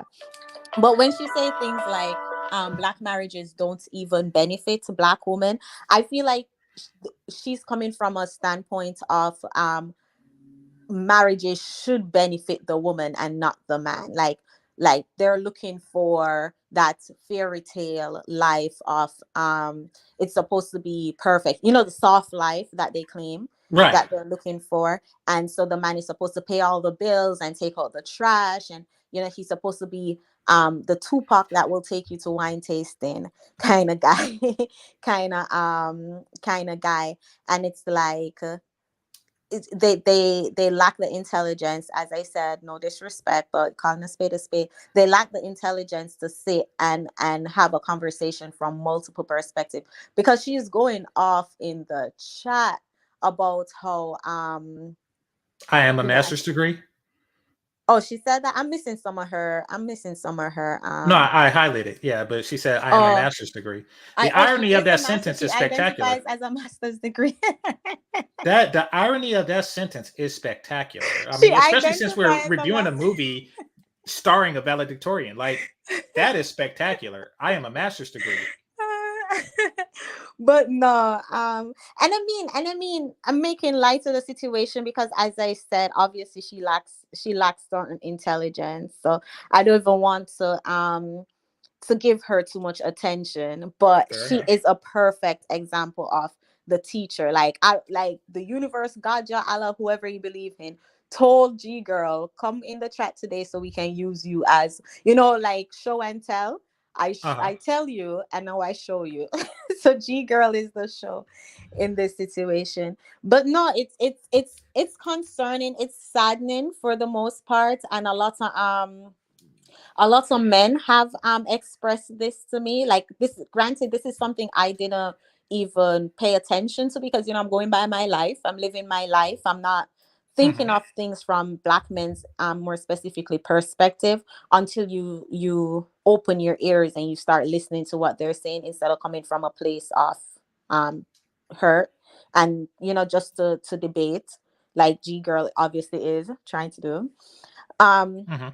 But when you really gain the understanding of what Black men experience, it's like then we can't just have a conversation without somebody coming in to remind Black men that they're dusties and that they're good for nothing and they're just like their daddy, exact same thing that their moms do, right? And we live in that Mhm. society, as you just said, we over promote Black girl magic and also over promote um Black men and sugar honey iced tea.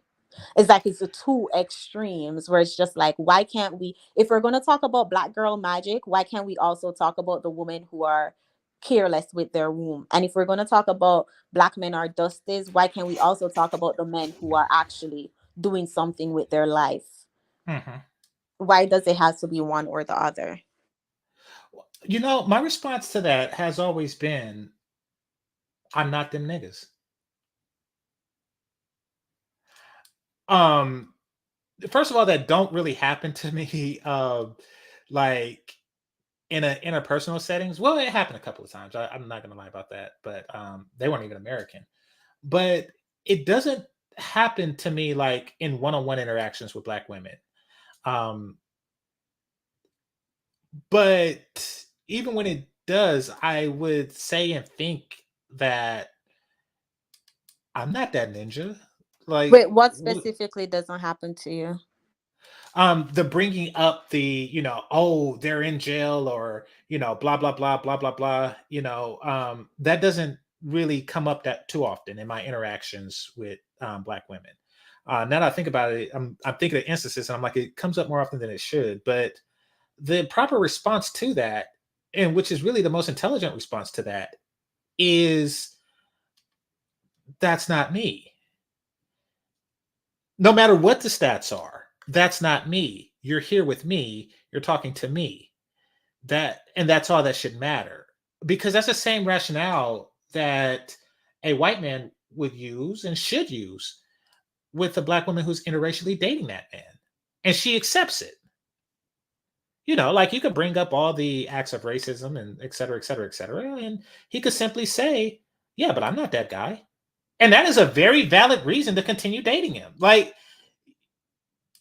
But as I yeah, said, they lack the intel. G Money is doing a great job at proving the intelligence that they lack. Because as I said, I mean, even just you as an example, game change. No, let's just even keep it on top. We're talking about the movie, right? We're yeah, talking about the example. We're talking about this guy in the movie who is great in his academics. He's great at public speaking. He's the captain of the track team. But what does G Money come in here to do, to highlight toxic Black men? Where it's like, where is the toxic Black man in this movie?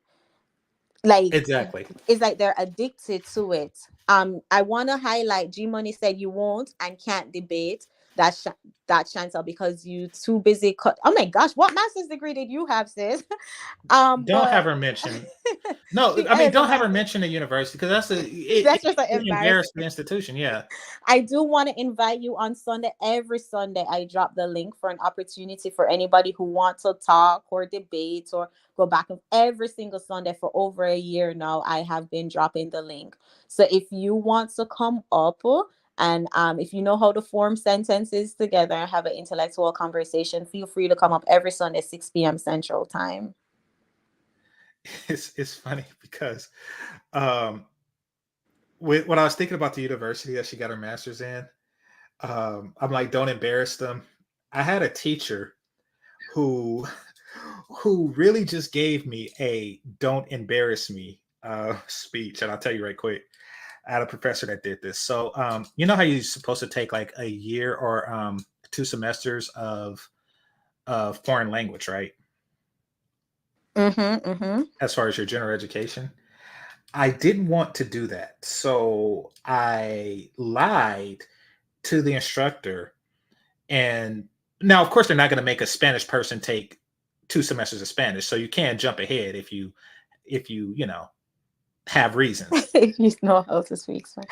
Did you Yeah. tell the instructor you know how to speak Spanish? No, worse than that. I told him that I know sign language. Okay. I told him that I know sign language already, or that I already took the first semester sign language. Things weren't as computerized as they are now. So I took second semester sign language, and I told myself that I was going to watch these tapes. I bought these videotapes or DVDs to teach me sign language to prepare myself, but I didn't get around to it. So I went into the class completely blind, right? And I was learning as I went, and I had all kind of tutors. I even had a deaf girl that tutored me and stuff, and you know, and I worked through it. Got a B. I earned a B, and it was so bad because like when he called on me in class, I would embarrass myself all the time. But you know, if given time to prepare for the written exams and stuff like that, I did well. So, and even during the final, he had me sit in the front of the class to where I can't look at anybody else's paper. I kid you not, right? And then at the end, I was like, so, you know, how did I do? He's like, well, you know, you got to be over on the class. He's like, but are you going to take any other sign languages class in the future? I'm like, no, I am not going to embarrass you. I am not going to go to the next level of sign language and say, I learned from this guy. So did he pick up that you were lying about taking the first I'm one? pretty sure he eventually, you know, caught on to that, but he didn't want to call me a liar. But he definitely, you know, caught on to it. He definitely understood that I was way behind the curve. That, you know, Oh, that I that's was playing funny. catch up the whole semester. That's funny. Clearly, that's what G girl did in her master's. She just showed up to graduation and said, "I've been here. I am master's degree." Like, don't tell anybody. Don't tell anybody that you went here, and I'll let you go. I'll pass you, but you can't tell anybody that you went here. I'm just imagining her master's degree not having her name on it, but just saying "I am," and then at the bottom it says master's degree. Well, and it probably has. Well, she wrote her name in, yeah, and scratched somebody else's name out. Oh, but that's funny. That's funny. But as I'm saying, it's at this point it gets draining though because it just is what it is, and they will never stop. And going back to the comment I said earlier about the writer of this movie, like I wouldn't be surprised if he's a part of this space that observes how people react, like observe how people like G Money. I'm not G girl is. Oh, she's a Cynthia G's fine. I knew she lacked intelligence. Mm-hmm. I mean, okay, and then this is probably something a lot of people don't know, but there are little things you can tell based on the person, how they articulate themselves and how they try to communicate. The fact that her caps lock has been on this whole time, where it's just like, what is your problem? Like, you know, or when they use they would either leave their caps lock on, or they would always do the laugh LMAO, or they'll use like a bunch of emojis as they talk. Like they all have that pattern. I don't know if you realize it. I do notice that. I remember getting into a back and forth with somebody with cap locks. It's like, dude, stop putting your cap locks on. But yeah, I do notice Like, do that. you know we can't hear you scream? Like, you know? Yeah, it's like the 3 exclamation point people. Yeah, I know what you mean. Yeah, because you are the lost mammy that don't have a clue. Clue about what in particular? Yeah, at this point, at this hour, I feel like we're giving like, Yeah. sis, God bless your heart. Just enjoy the show. Thanks for Oh, not the tuning in. church, not the church woman. Bless your heart. Oh yeah, bless your heart, sister. No, what baby girl? No, what do they call it? What do they say? You know those older church sisters when they say, is it baby girl? I No, don't know they what they just to me say. they just said bless your heart because I was Bless always your like heart. clowning around in church and they like, oh, young man, bless your Bless heart. your heart, sweetie. Yeah, Just enjoy the show though. Shout out to you for tuning in at 9:13. You in here with a lot of energy.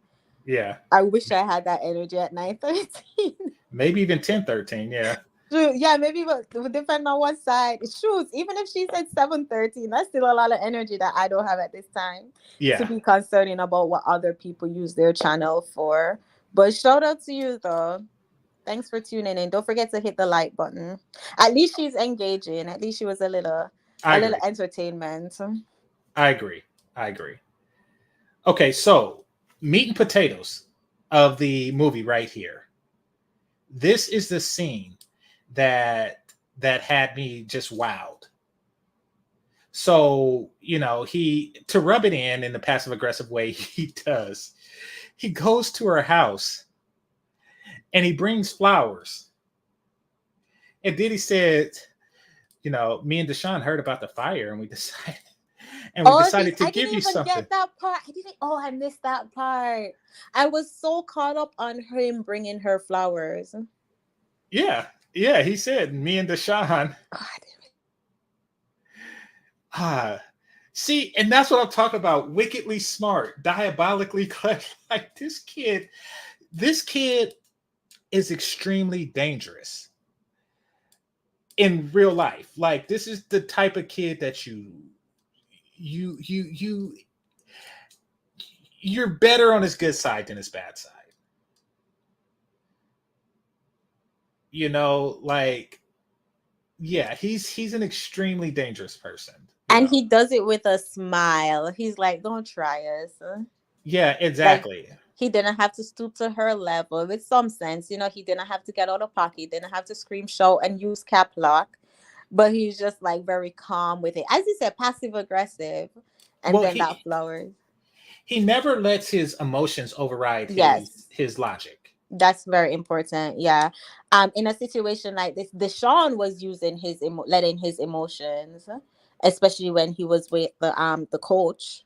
Exactly. Yeah. Exactly. But and this is why I call him wickedly smart. He remained calculating. Like through every twist and every turn, he remained calculating. So it is an admirable. He definitely has like an admirable quality, I remember Miss Crimson Cure said that once on her show. Shout out to Miss Crimson Cure. Okay.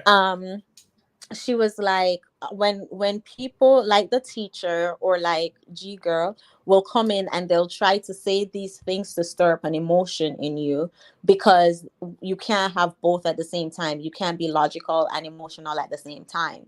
So they'll say little things, they'll poke at little things to stir up an emotion in you to get you off your square so you can start being emotional. Once you're emotional, then you're not thinking. Exactly. And you wouldn't be as strategic as Luce was if you were emotional. Exactly. Yeah, you see these little rabbits, whatever you want to call them, the bottom of the barrel. They smell like when K-Couple is still in here. When you have sheet in the bottom of the barrel for years. That's what G Girl reminds me of. Where it's just like they're just like a little tick, like, oh my gosh, okay, girl. Yeah, she said black men are emotional. That's why they're so. She heard one word, emotional. Like we're literally talking about something specific. We're talking about this movie, how Luce in the movie wasn't emotional. And she now is going to say, well, black men are emotional. That's why they are conquered. Where were black women while black men were being conquered? Yeah, it's funny how like only the men can be conquered. Like, I mean, of any group, like the health of a community is on both parties, but the victories is always theirs, but the defeat is always ours. It's weird. Exactly. Exactly. It's very, very strange, but I mean, that's why we're talking about this woman. Like, the woman on the screen, that is. It's that thinking, it's okay. All the failures is yours and yours alone. But if we succeed, it'll be in spite of a failing group of men. And that's what they really want. That's the narrative that she's trying to paint. That's why she's creating failures. At least she's attempting to do so. So she can look more successful. And this isn't an offense to people in that occupation, but you're just a teacher. And the reason why I say it like that, because I'm just a developer, software engineer, whatever you want to call it. I'm just a computer guy. In the big scheme of things, I'm not I'm not that dude. I'm not that dude. And I understand that. So let's take it off teachers, for example. I just use myself as an example. I'm not that dude. I'm a senior member on a team of people who do the exact same thing that I do, and I sit down for 8 hours a day. It's Muhammad Ali is that dude. Those guys in the poster. If there's a poster for you, you are that dude. You are that dude. Tupac was that dude. I am not that dude. So if I want the light to shine on me, now this is sick and I don't really think like this, but she does. I have to make everybody else not that dude. And the best thing our community has to offer is a developer. I don't want that. I would love it if everybody was more successful than me. I really would. I would love it if we were just like Asian people. I really would. I would love the day that happens. But she wouldn't. She wouldn't. She wants to be the highlight of Black excellence, is a teacher. And Sam said the Native Americans were conquered, the Irish, Germans, the French, the Japanese, the Chinese, also called conquered.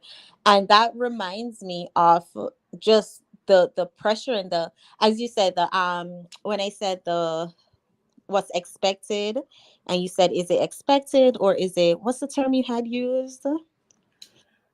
I forget. I remember The it started with a D. expectation. Is it expected or is it desired?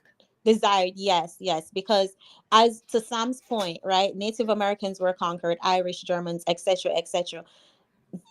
They were conquered as a people. Black women like G girls are the only ones who will say things like, oh, Black men were conquered, as if Black women weren't also conquered. And then her response is, so Black women supposed to fight Black men battles now?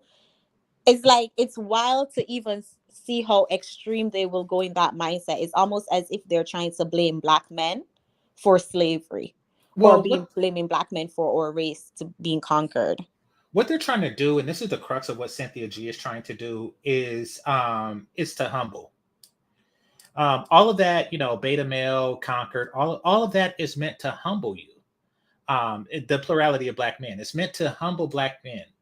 And it's odd because most women, like yourself, I'm sure, are attracted to confidence.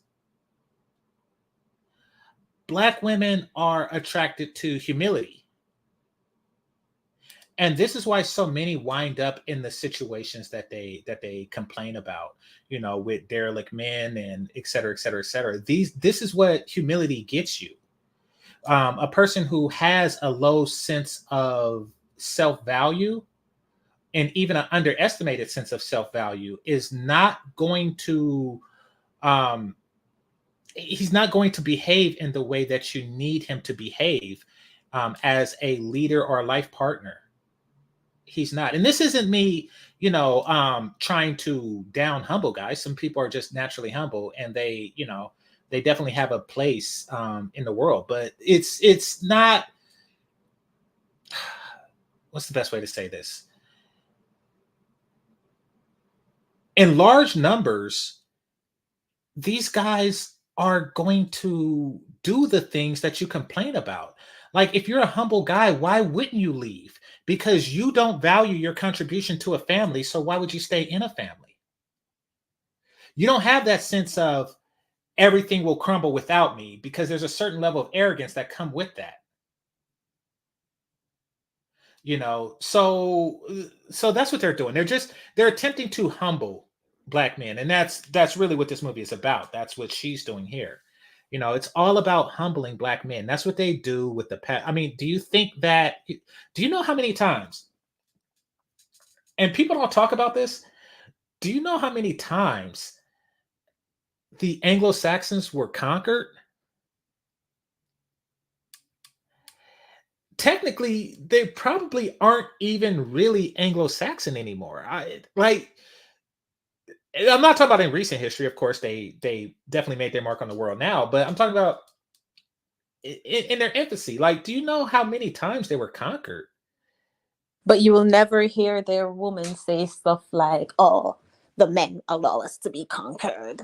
Exactly. And I don't even think that they said it then, like while being conquered. Like, so it's a very weird thing that's going on right now. But that's the power of placing black men and black women on opposite sides, because we're both suffering, we're both experiencing the same thing, and then you're going to look at black men and say, well, this is your fault.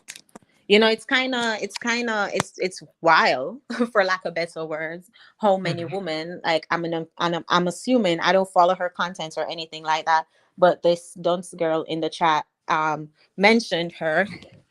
So I'm assuming that's what Cynthia G pushes on her chat. Yeah. And it's just it's that's why I always said there's no saving saving what? How are we going to save a community when half of the community is blaming the other half for being conquered, instead of learning how to work with that half to better, like, I guess. Well, the thing about the community as it stands now, and we're about to get into it with this, you know, awesome scene, is that it's clear that they don't want it to advance, just like she didn't want Deshaun or Luce to advance. The community is full of people who want it to remain stagnant. Because the most important thing in the community, for women like this and like the other person, Cynthia G, the most important thing for the community is not that the community advances, that it becomes healthy and whole, et cetera, et cetera, et cetera. The most important thing for them, for the community, is that is that the men get with the women. No matter what, no matter how long her titties are. Yeah, I mean, it's okay. The most important thing for them is that the women have an advantage in dating. That's it, and they don't really care about the state of the community, which, you can't really prosper like that. And it's evident on how they raise their sons. Like, they raise their sons to get with a black woman, not to be a doctor, not to be Ben Carson, not to be Barack Obama, who's raised by a white woman, not to be loose, you know, they just raised them to, under any circumstance, get with a black woman. Wait, I need And to make this joke. okay. G girl says, Chantel, you are the problem. Yes, and you are master's degree. I just had to put that out there. Okay. Yeah.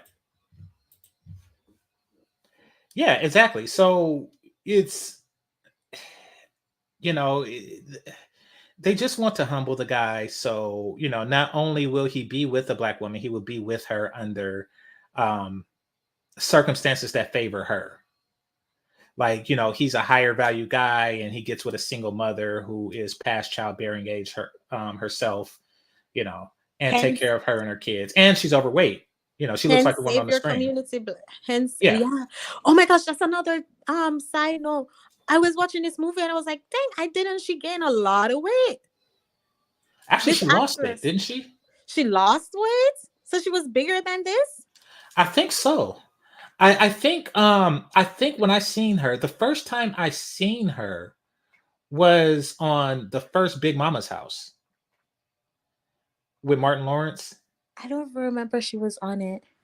Yeah, she had a small role. Like, her career has come a long way, but she was big for a long time. Really, I didn't know she was that big. There was a scene where she got up from the table where her sister was there, and I Uh-huh. was like, oh my gosh, I did not know. Granted, it could be the clothing that they put her in, because I noticed that they but when she was in that one movie, oh, I don't remember the name of the movie, but when she targeted the high school kids, Yeah, Ma.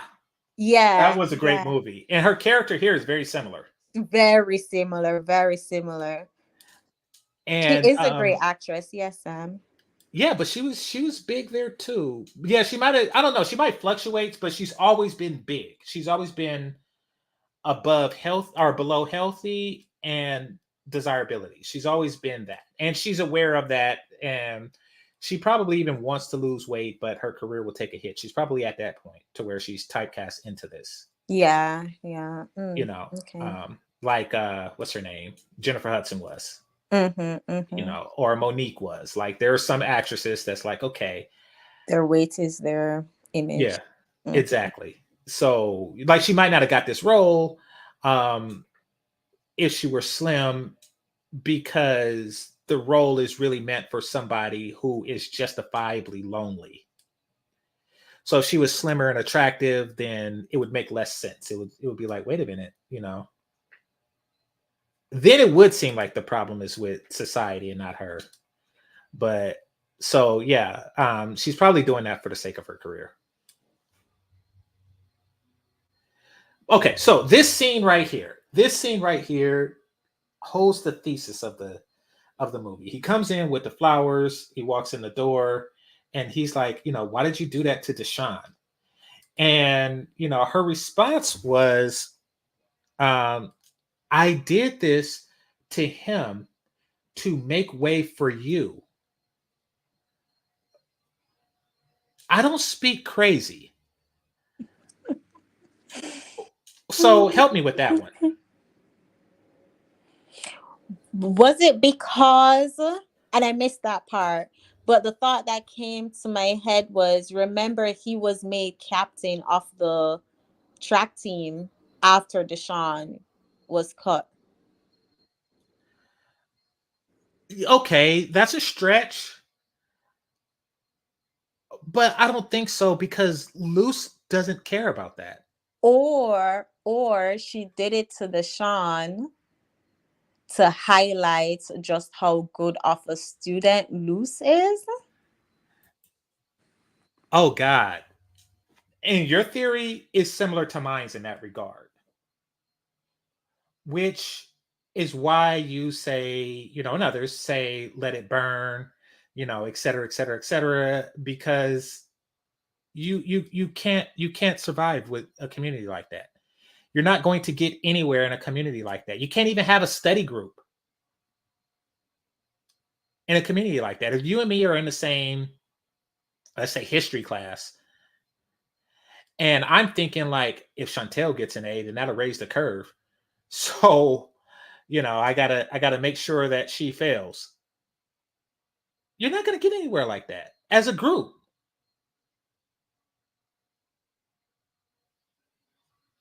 Like, he's the valedictorian. Like, Deshaun failing makes him shine brighter. Yeah. Sam says someone has to be demonized. Pardon. Demonized, yeah. Yeah. For But Lucy to be a hero, someone has to be the villain. exactly. And I think the author is on to something. I think that the author understands that, you know, this is a common thing, a common way of thinking amongst a lot of Black women. You know, you can't get anything without taking it from someone else, is the way they're thinking, you know, and you don't take it from anybody but your own. But what I'm confused about is, why did she feel the need to be responsible for that? Why did she have to make Deshaun look like the villain in order for Luce to look like the hero? Exactly. Now, was Luce being asked to make speeches before or after the incident happened with Deshaun? It doesn't. Okay, so no matter what, Luce's position in the school is something that was 4 years in the making. Okay, so it wasn't something overnight after Deshaun got caught, because it's not like Deshaun was in Luce's position and then once he got caught, then Luce took over. No, no, or else Deshaun would not be relying so heavily on an athletic scholarship. If he had, valedictorians are not really relying on that one thing. They have everything going. you know. So that makes it even more confusing why she felt as though she had to do that to Deshaun to make Luce look good. Well, my theory is, have you ever seen a movie called Django? Yes. Okay, so one thing that was said in that movie that a lot of people missed was that he called Django that 1 in 10,000 Negro, right?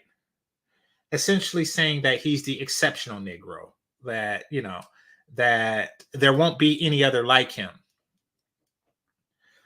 which wasn't true. Django is a black man with a gun that can shoot and read. And if given the opportunity, barring, you know, illness or deformity, nearly all of us can do that if given the opportunity. Slaves weren't given the opportunity, but he wasn't a 1 in 10,000 Negro. He was just one that just so happened to have been saved. And I think that they like to perpetuate that. I think that they want to be seen as an exception amongst blacks as opposed to just an exception in life.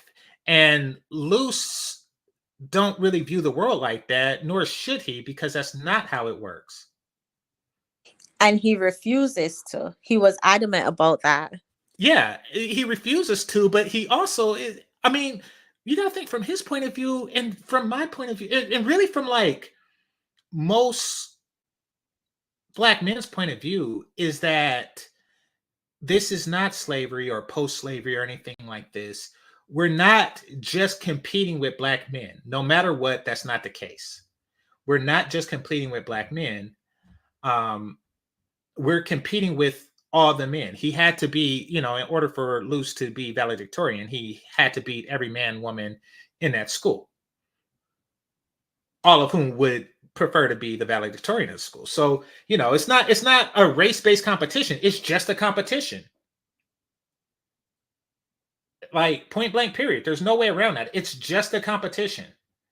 You know, Deshaun failing is not going to change anything.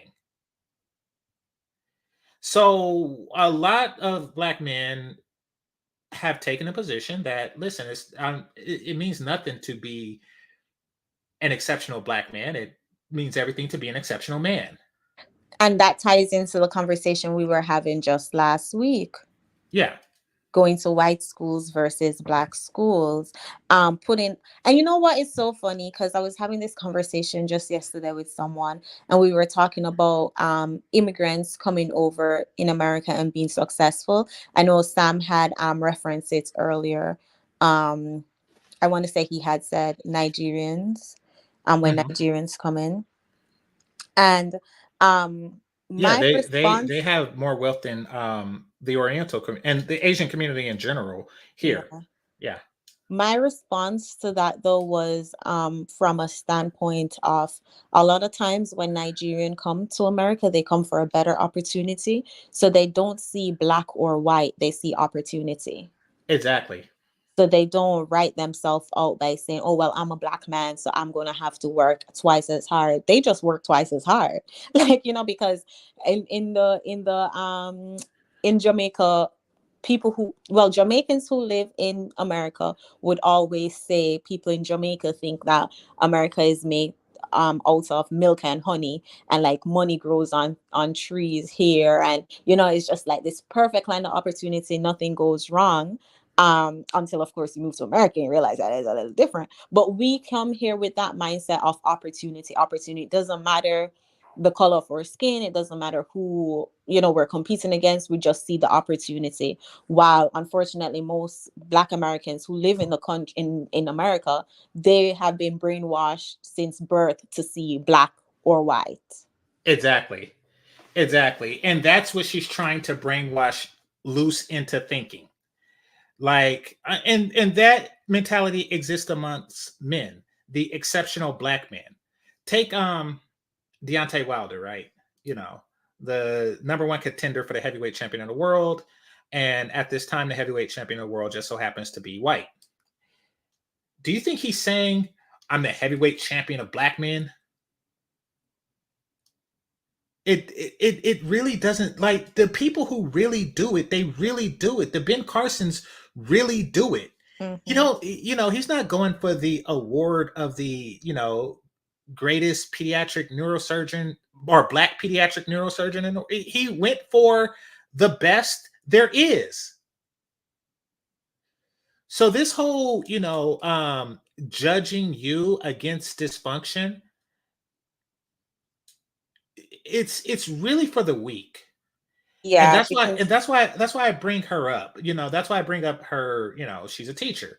mm-hmm. So if you judge it against a community of people who don't get their bachelor's, then I guess you shine a little bit better. But I mean, do you really want that? Because the whole community is dim. It's kind of like usually when you go to a party and the DJ will like shout people out. Uh-huh. And I listen to a lot of mixes when I'm working out and stuff. And I remember one of the DJ was like, shout out to all my girls who got their high school diploma. And everyone was like, I know shade to anyone who, if that's your highest level of education, trust me, just means you don't got them student on that. But I was just thinking, like, really? Like, like high school diploma, that's not something to be shouting out. Like, no, if he had said shout out to everyone who is a master's degree, then you could have understood, like, okay, I might understand that reference. But yeah, to your point, competing within the black community, competing amongst black people does a huge disadvantage. Like, you limit yourself because there's a whole other world out there. So yeah, you can be the best black neurosurgeon, but there's still a best neurosurgeon out there, if that makes sense. Exactly. I was thinking that one year when I was watching the Olympics, right? And I rarely watch the Olympics, so I don't know what year it was, or what country it was. But what I seen in one of the races was four African guys um, in front, in a big gap, and then four white guys in the back, four European guys in the back. A big gap. And I was thinking, like, is the person in fifth place running for the title of the fastest white man on earth?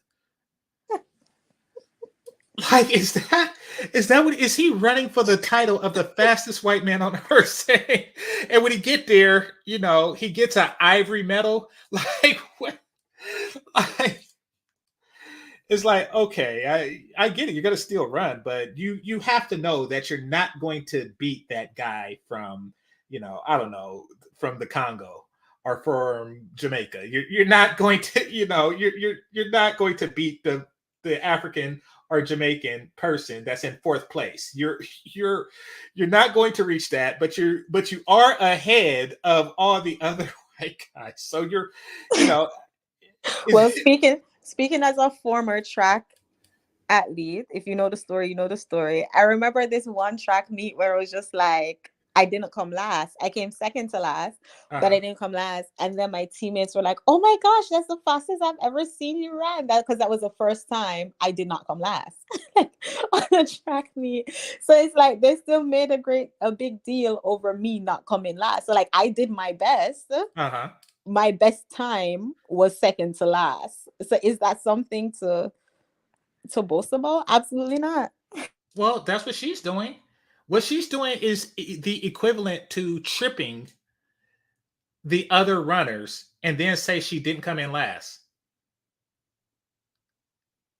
Yeah, exactly. Like, I mean, she's sabotaging other people so she can look better in comparison. Because then if she wouldn't have done what she did to Deshaun, to a white kid, and compare him or make it for Luce. Exactly. Yeah. And then later say that that he's conquered. Yeah. So yeah, she said that part, and Luce was like, like that's BS. Can you hear it? I'm playing the Say that again. Your audio went out. Oh, can you hear me? It's a little far. All right. My bad. But no, I was playing the movie while we were talking. I guess my audio went out, but that's okay. Because I mean, um, so he brought that point up, which was a good point. Like, um, she said that I put him in a box talking about Deshaun to protect you. And we went over how that's rubbish. And, you know, he even calls her out on it. Like, that's bull, you know, why did you do it? And, you know, after you busted him, you had a meeting. And he talks about the meeting that he had with him and the other black athletes. And this is weird. So you have the history teacher, the overweight history. And trust me, the reason why I'm bringing up her weight is because I want I, I, I want y'all to get the optics of what's going on here and everything. An overweight person should not be talking to a group of athletes from a standpoint of authority. It just seems wrong. And I know people get older and, you know, they used to be, you know, in shape and stuff like that. That's not the case with her. She was never really an athlete or anything. She just kind of like goes into a group of young athletes and grandstands like, you know, why can't you all be more like Luce? So I'm like, wait a minute. She ruins this guy's life. And that's not enough. That's not enough. She has to give her, you know, grandstanding speech to a group of in shape people talking about self discipline. Oh, God. Please. Play the, oh my God. Yeah. I need to start doing that. I need to start, you know, doing the cut ins. Like, So I missed that part. I really need to rewatch this movie. She spoke with the track team. yeah. Well, I mean, they didn't show her speaking to the track team, But she said, but yeah, in this scene right here, she said, you know, she said, or he said that, you know, you were talking to all the other black runners in the squad and you were like, you know, be like Luce, you know. And then Luce said something interesting. He said, then you said it's your solemn duty to never be stereotyped. But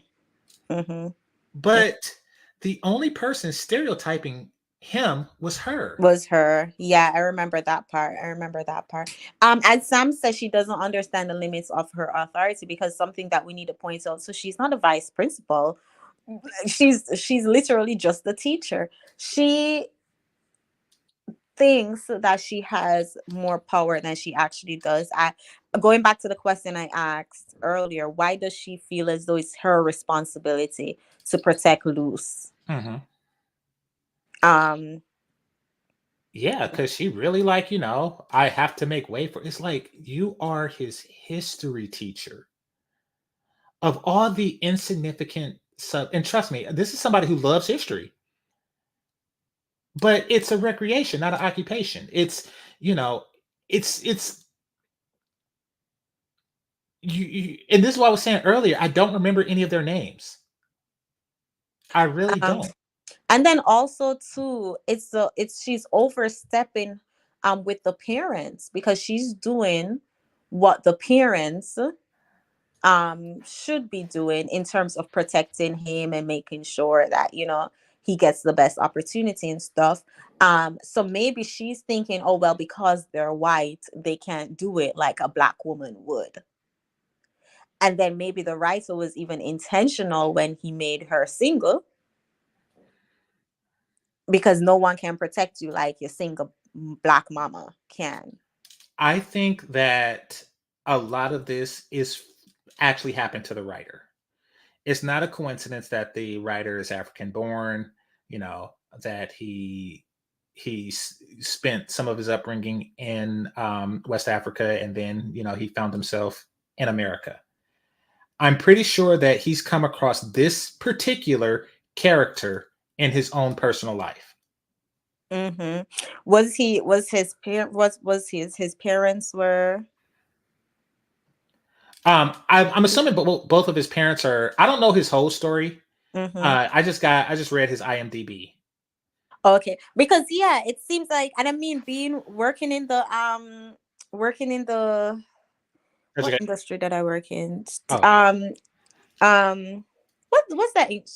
Children, children, social work. We're working in the social work field where you know, you encounter children either being adopted by or guardianed by non-black black blacks black children being fostered mhm. by non-black parents.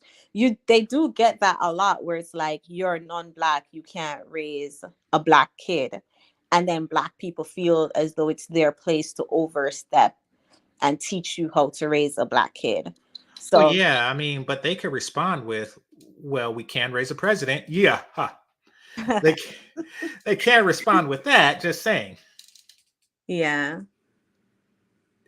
like how many presidents have you raised? Like they can say that because they can literally say we raised all of them. So Yeah, yeah. yeah, but no, I don't think that that's what it is. I really think that she feels like she's a guardian of some sort. But then she would feel like she's a guardian for all the kids. She only feel her guardianship is towards Luce.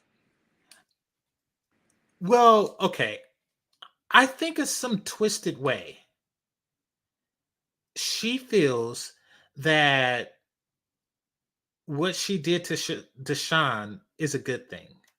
Uh, to teach him a lesson. Not necessarily that. Um, okay, because remember, black women really they feel that they feel this need to keep the community together and dysfunctional at the same. Okay, here's the dream, and this goes out to the G girls of the world too. Here is the dream of black women, like Cynthia G, and et cetera, et cetera, et cetera. They want to be ambassadors to a dysfunctional community.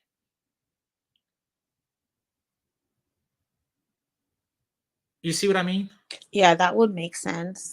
Which means that, because she's about to talk about this box and, all black people are in it, et cetera, et cetera, et cetera.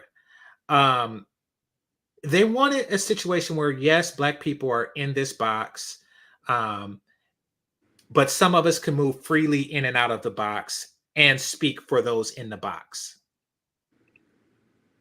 Okay. Oh, okay. Here's the best analogy: Munchausen syndrome. Munchausen syndrome. For those of you who don't know, Munchausen syndrome is a condition where a person, typically the mother, makes a child sick, or another person, typically their child, sick in order to nurse them into Yeah. health. Yeah, I've heard of that. Yeah, it's like that. But there's also an aspect of it, they want to be seen as nursing them to health.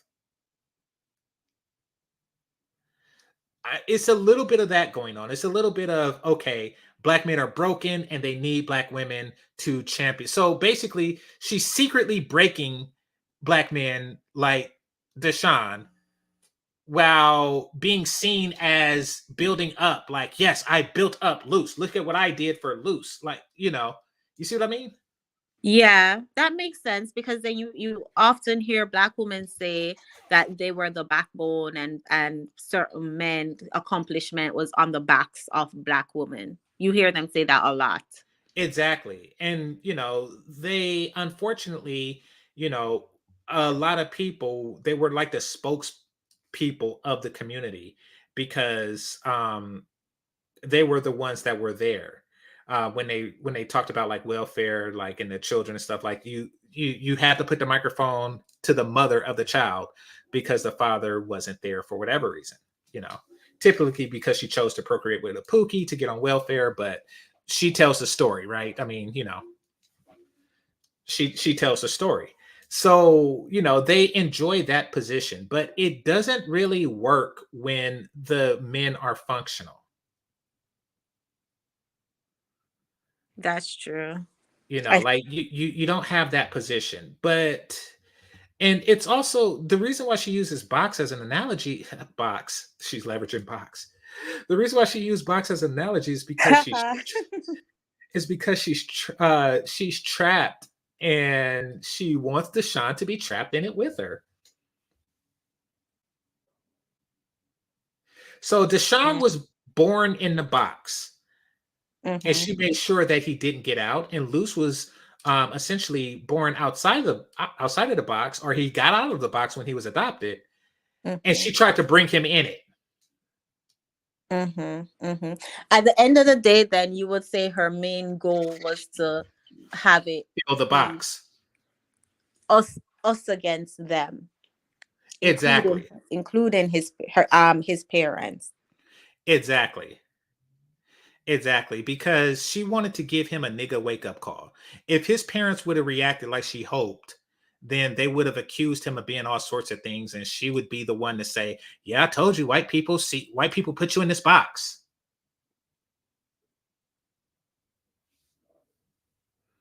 You That's know, an interesting point. Yeah, yeah. And going back to what you said earlier about that's why she told his mom about the fireworks and the paper and not him. exactly. Exactly. That way, the anger and frustration would be taken out on white people, not her. As it was with Deshaun. Like Deshaun, could have and probably have left that situation with a feeling of F the police, and um and he obviously had hostilities towards his coach, whose hands were tied in that situation. Yeah, yeah. But really, I mean, they don't care. Like the principal, he just wanted him to succeed. Luce was like, look, this is me and my friends smoking weed on camera and showing it to the principal, and you're not going to do anything because you're not like her. So, okay, so I really need to rewatch it because then this whole movie then is about him defending Deshaun.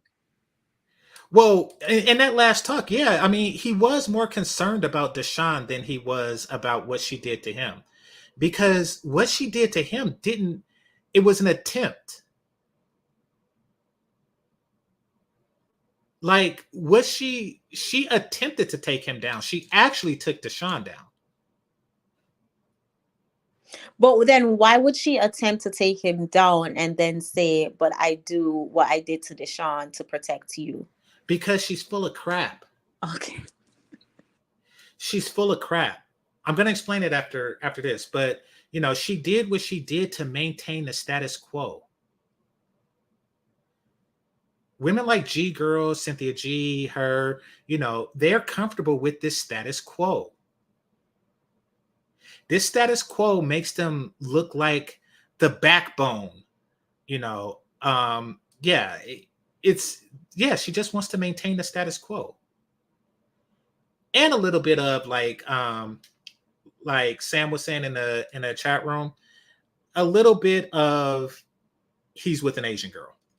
Yeah, yeah. There is a little bit of that too, because and this goes back to the cheerleader versus the drill team thing. It did seem like they had circles that the black girls weren't even a part of.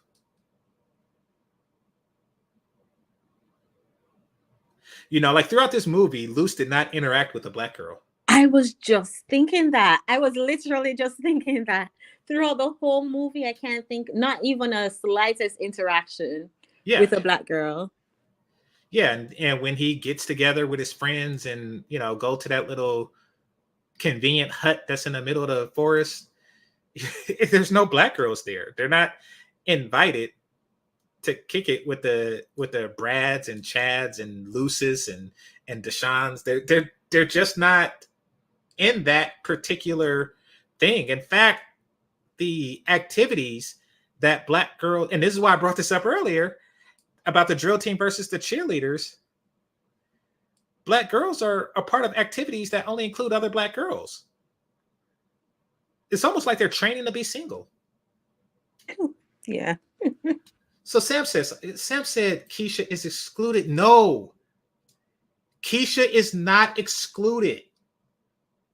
I want to make that blatantly clear. I want to and Keisha needs to know this, and everyone needs to know this. Keisha is not excluded. Each and every one of those young men, if Keisha would have came, you know, be like, yeah, come through. You know, let's play ho ho ho. You know, like she's not excluded from that. Like, you know, but Keisha exclude none of these. Who's going to exclude this one? You know, like maybe this one, but who's going, like, look at that. Who's going to exclude? They're not excluding Keisha. Keisha's excluding herself.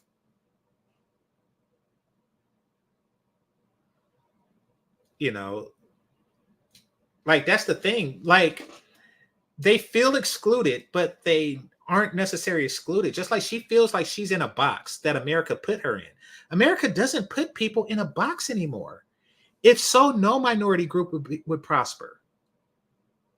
Why are Nigerians prospering if they put Black people in a box?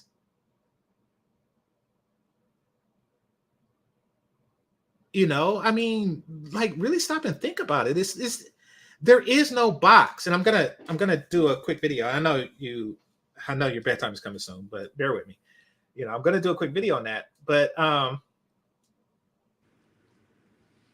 yeah, so it's just a thinking. It's a mentality that they have that they're trying to spread. Here's what it is. Here's another aspect of it, because it's very complicated, but she thinks victimhood is a good thing. That's the best way I could put that. That is, why didn't I think of that earlier? She thinks victimhood is a good thing. That's why she came down on Stephanie Kim. Like, you're a victim. Like, she was giving her an opportunity to be a victim, and she was shocked that she didn't take it. Yeah. Because he did say that too. Because you Yeah. remember he said in the class, whenever he mentioned certain things, how she say it would like highlighting her, Kim. Yeah, exactly. Yeah, she feels that victimhood is a good thing, and she's trying to perpetuate it as often as she can. She thinks that she actually thinks she did good by Deshaun. But okay, so she mentioned the box and how America puts you in a box, and they most certainly didn't put Luce in a box, but she said that they do. And then she said that hold on, I wrote it down. Oh dang, where's my light? Okay, it says America puts you in a box, and it's dirty, and you know, it's dirty and it's something, and there's very little light. So let me stop there. What do you think she meant by that? She said she's saying the box is dirty, Mm-hmm. and there's very little light. Is she talking about white people? She's saying that white people put Black people in a box, and the box is dirty and has very little light. Yeah, exactly. Mm-hmm. Like there's not a lot of opportunities. Okay, it's either opportunities or an opportunity to be seen. Mm. Oh, so she's pissed off at her life, how she blends in with the shadow. Or she sees herself in a light. Oh, Okay. so she thinks, oh, well, yeah, because she does think that she's a little bit more important than she actually is. Yeah, she kind of like sees herself as, I mean, in the light. Okay, look at it like this. Spotlight versus daylight. Now, Spotlight, whoever's in the spotlight gets all the attention because it's surrounded by darkness. But in daylight, it shines on everybody the same. You know, that's why she had to dim the shines. She had to do exactly. what? Exactly, because she was saying, like, you know, America put you in this box.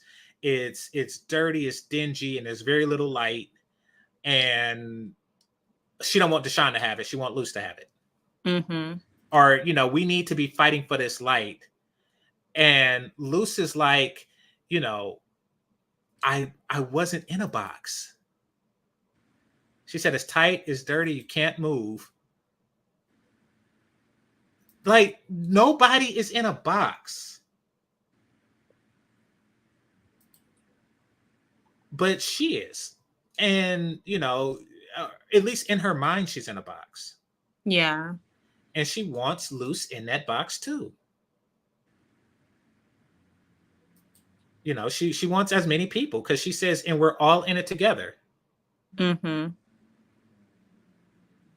Like, and this goes back to like Courtney in the community and, you know, Cynthia G in the community. They all talk about community. They're like, listen, I want you in this place that I know you would rather not be in. You know, so we can bond through trauma together.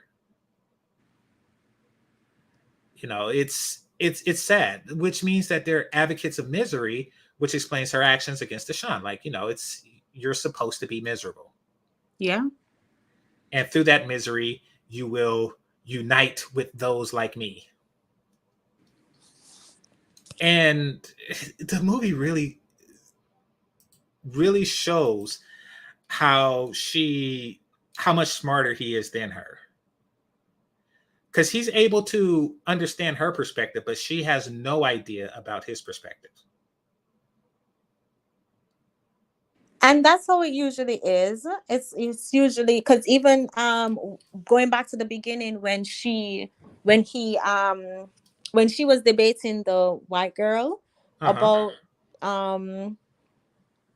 rights or something like that. I don't remember, like some laws being unjust, like unfair and stuff. And then when he brought her in the room and was saying searching the lockers. Remember? I remember. Yeah. So it's like, it's whenever it fits her. I agree. Whenever it benefits her. Yeah. And also she had a way of aggrandizing herself while, you know, belittling students. Like, I am a teacher. I have this authority. I can go and check lockers because you're nothing. You're a student and the law don't respect you. But I am a teacher. It's like, wow, that's, you know. And then next year he'll be in the Ivy League. And then 4 years from now, like, and you'll be a teacher. I mean, it's bad. Let me respond to this person here. It says, this movie is not reality. Most Black women cater to their sons. Black women put down Black men, and you say Black women protect Black men too much. Black men have the highest rate of suicide. No, we don't. No, we don't on that one. And we're really not talking about cater to or anything like that. Well, for one, there isn't any Black mothers in this movie. Let's start there. There isn't any Black mothers, so we're not really talking about the relationship between mother and son, but we can go there because Deshaun had a Black mother. And we can say that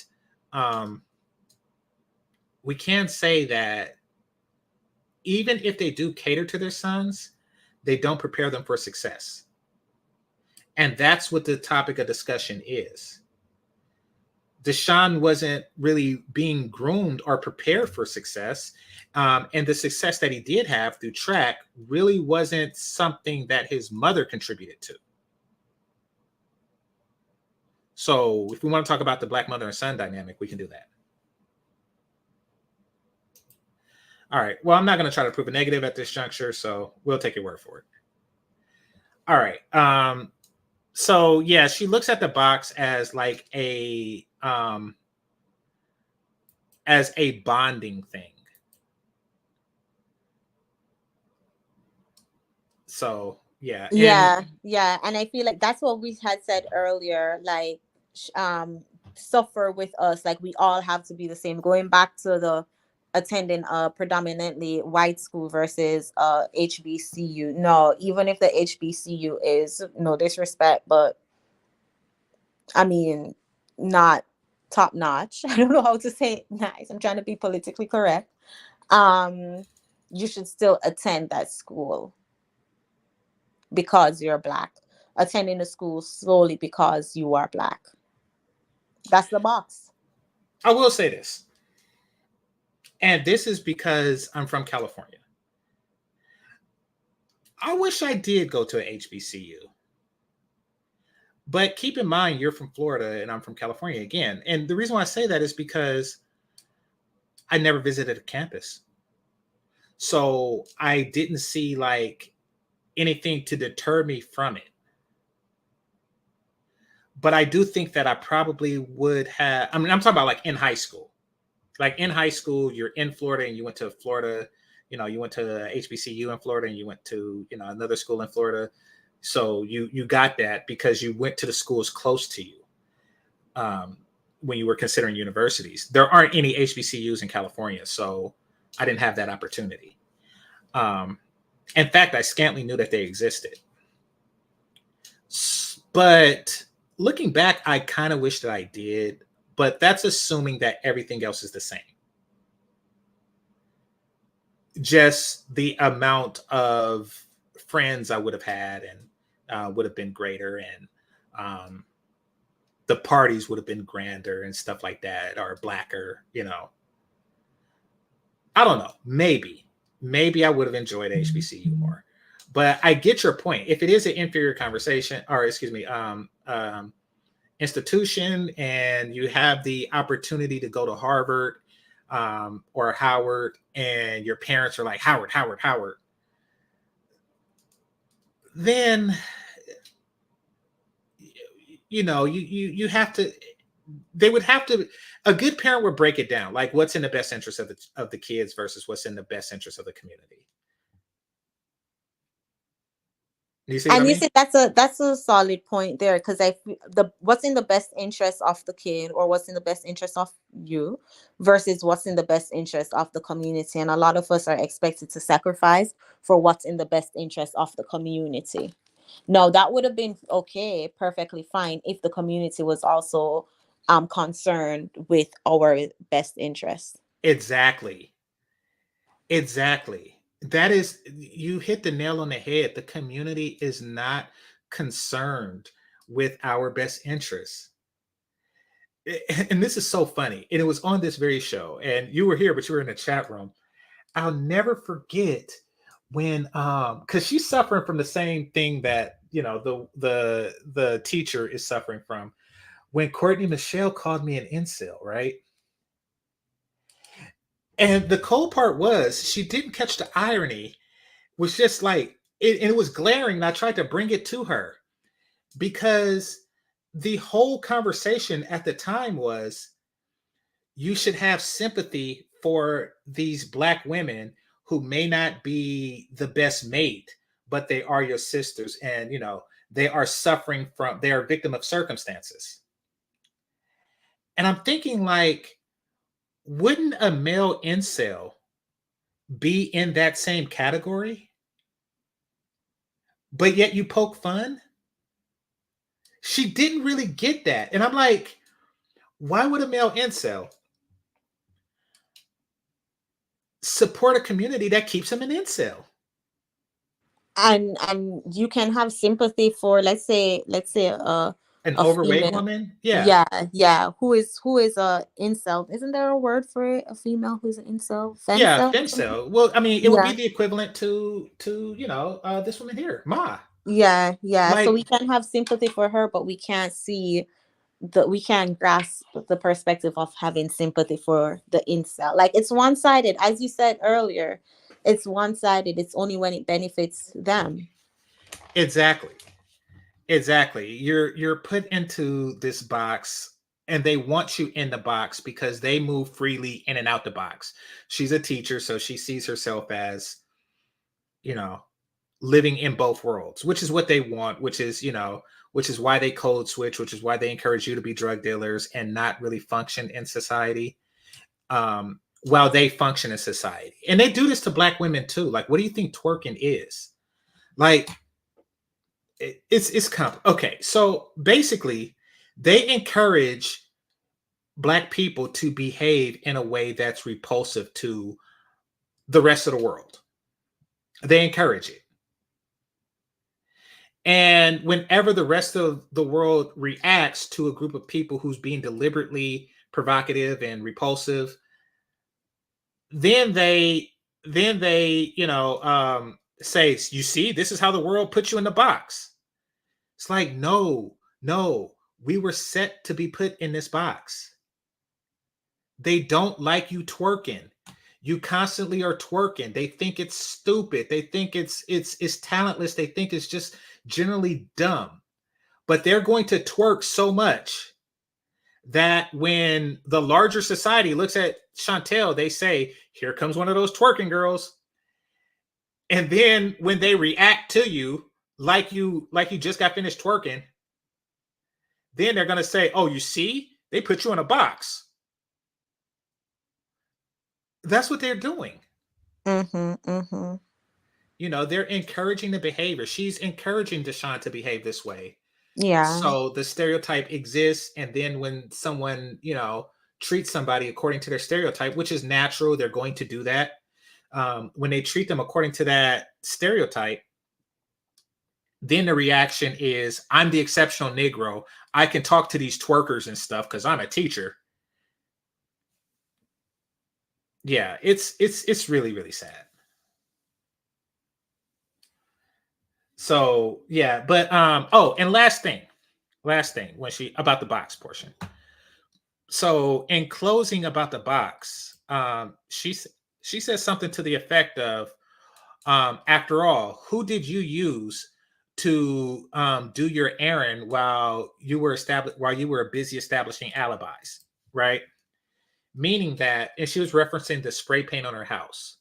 So while he was setting up the alibis, it's obvious that Deshaun was the one that spray painted her house.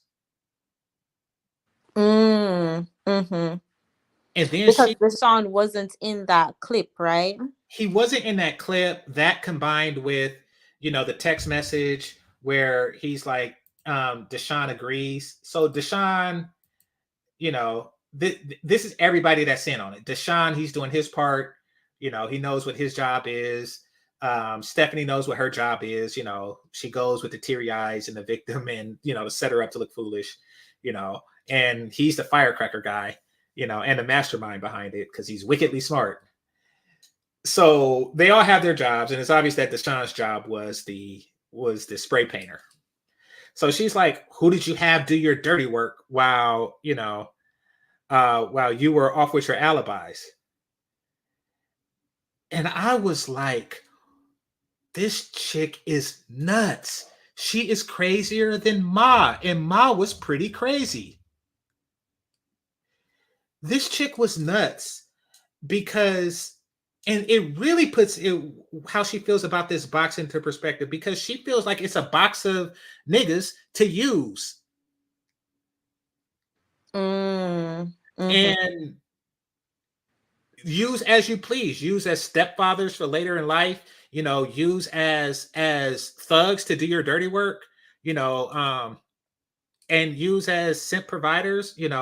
Used in whatever way the people who have the light on them or outside of the box choose to use them. So she looked at it as Luce, a person that's in the light that got the glow, used Deshaun as a dumb little grunt.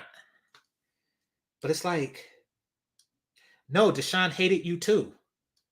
It's not that. And he even said it's not the same. Deshaun hated you too. Like, she made it seem like he was the mastermind, because she has the mindset of use black men, as you say, use black men to do your dirty work. So yeah, she believes that it's him using all these people to do their dirty work, not everybody coming together and saying, okay, this is what we're going to do as a community. Exactly. Exactly. I guess that's another way of leveraging the box. Yeah. Like put them in a box of misery, despair, and then just order them around.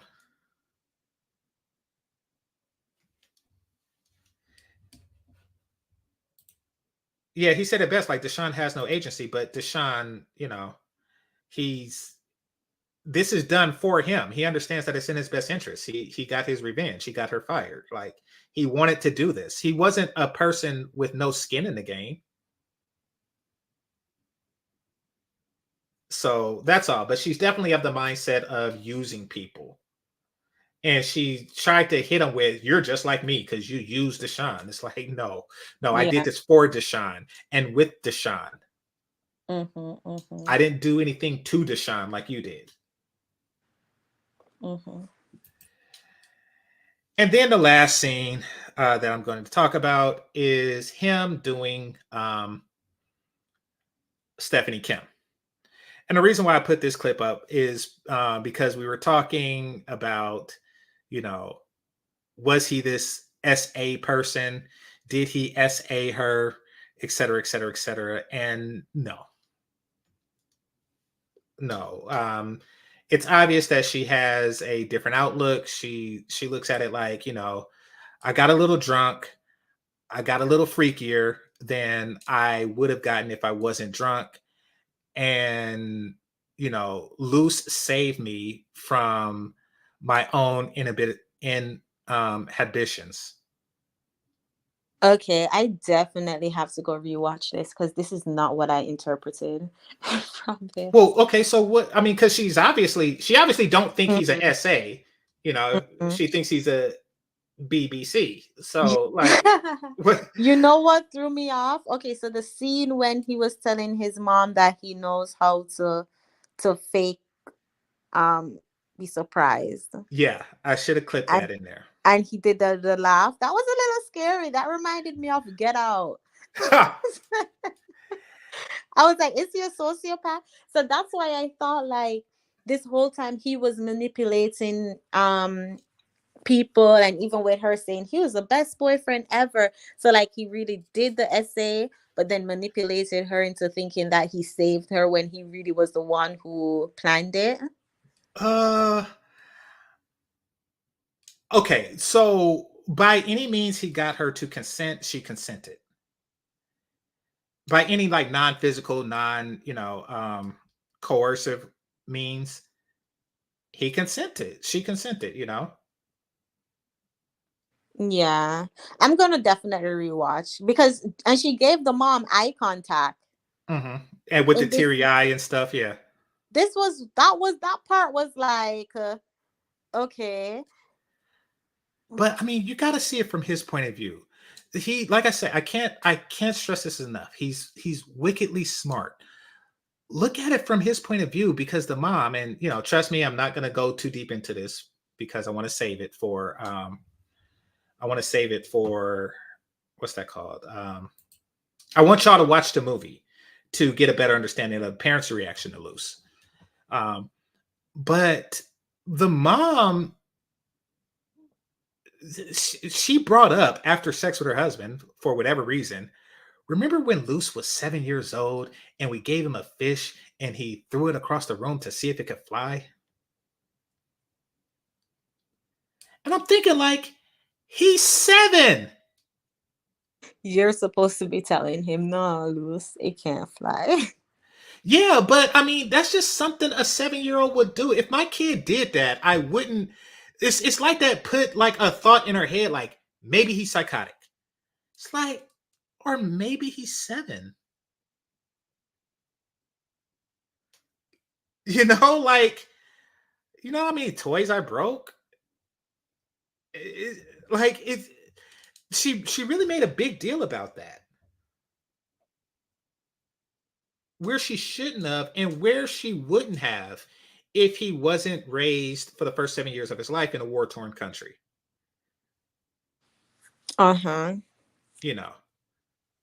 So, and I get it. Like, you bring somebody who's had a traumatic life and in your house and you're skittish, and he does something like that, and your reaction is stronger because he comes from a war, because he comes from a violent background. I But must say though, really, that's a boys be boys type thing, or kids yeah, kids do the darndest thing type thing. everything is put into perspective when you think that all of this started because of a paper he was Yeah, encouraged to write based on his belief, like his. So I'm definitely going to rewatch it and see from that point of view. I think by the time I got to the end, I forgot that it was over a paper.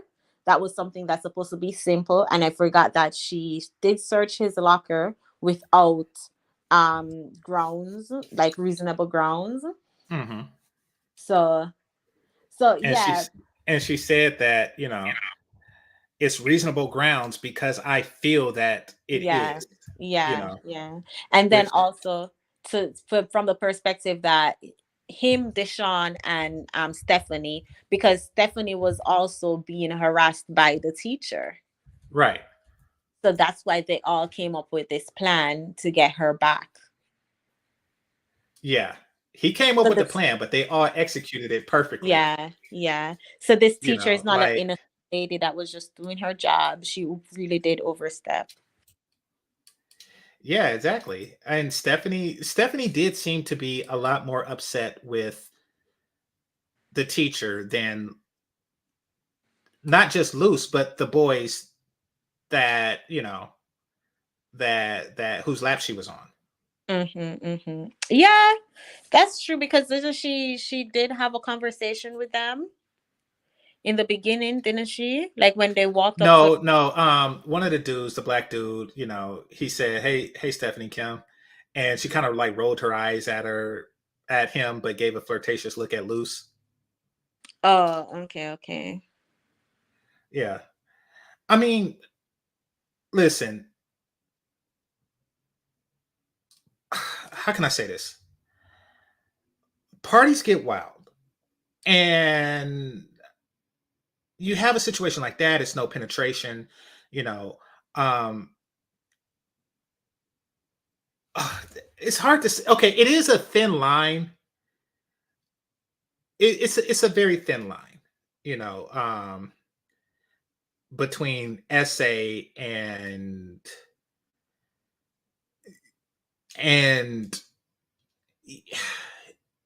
between essay and just youthful experimentation, or just being a little wild, being a little tipsy. It's a thin line.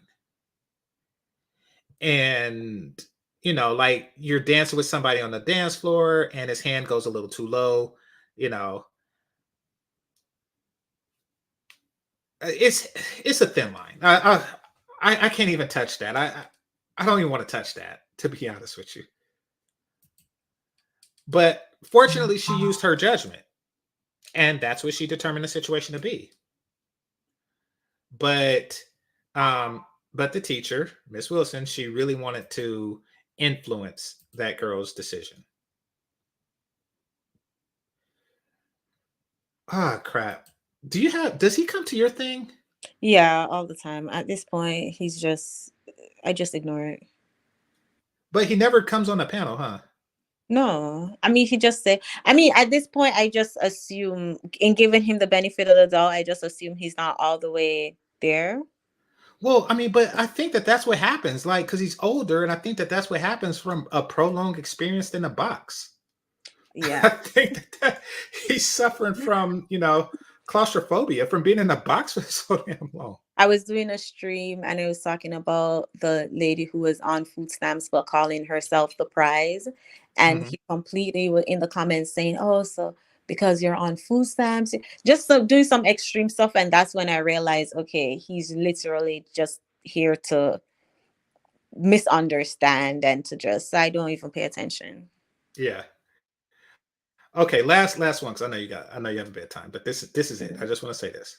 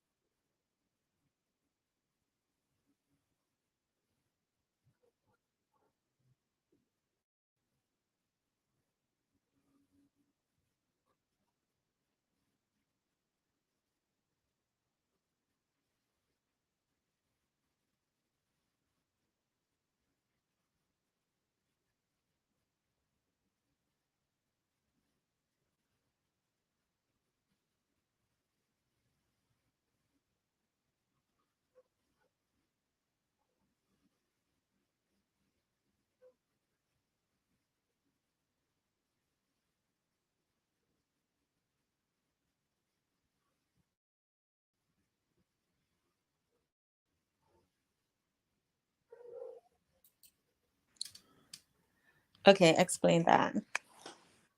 Okay, so four monkeys, sometimes it's five monkeys, but four monkeys are in a cage.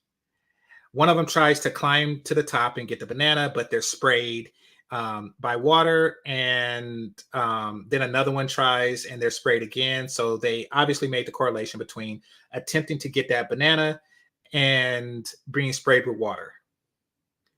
So the scientists took the machine that sprayed the monkey off. They turned that machine off, and then but still the monkeys wouldn't try. And when they put in new monkeys, they would still attack every time the other one tried to get the banana.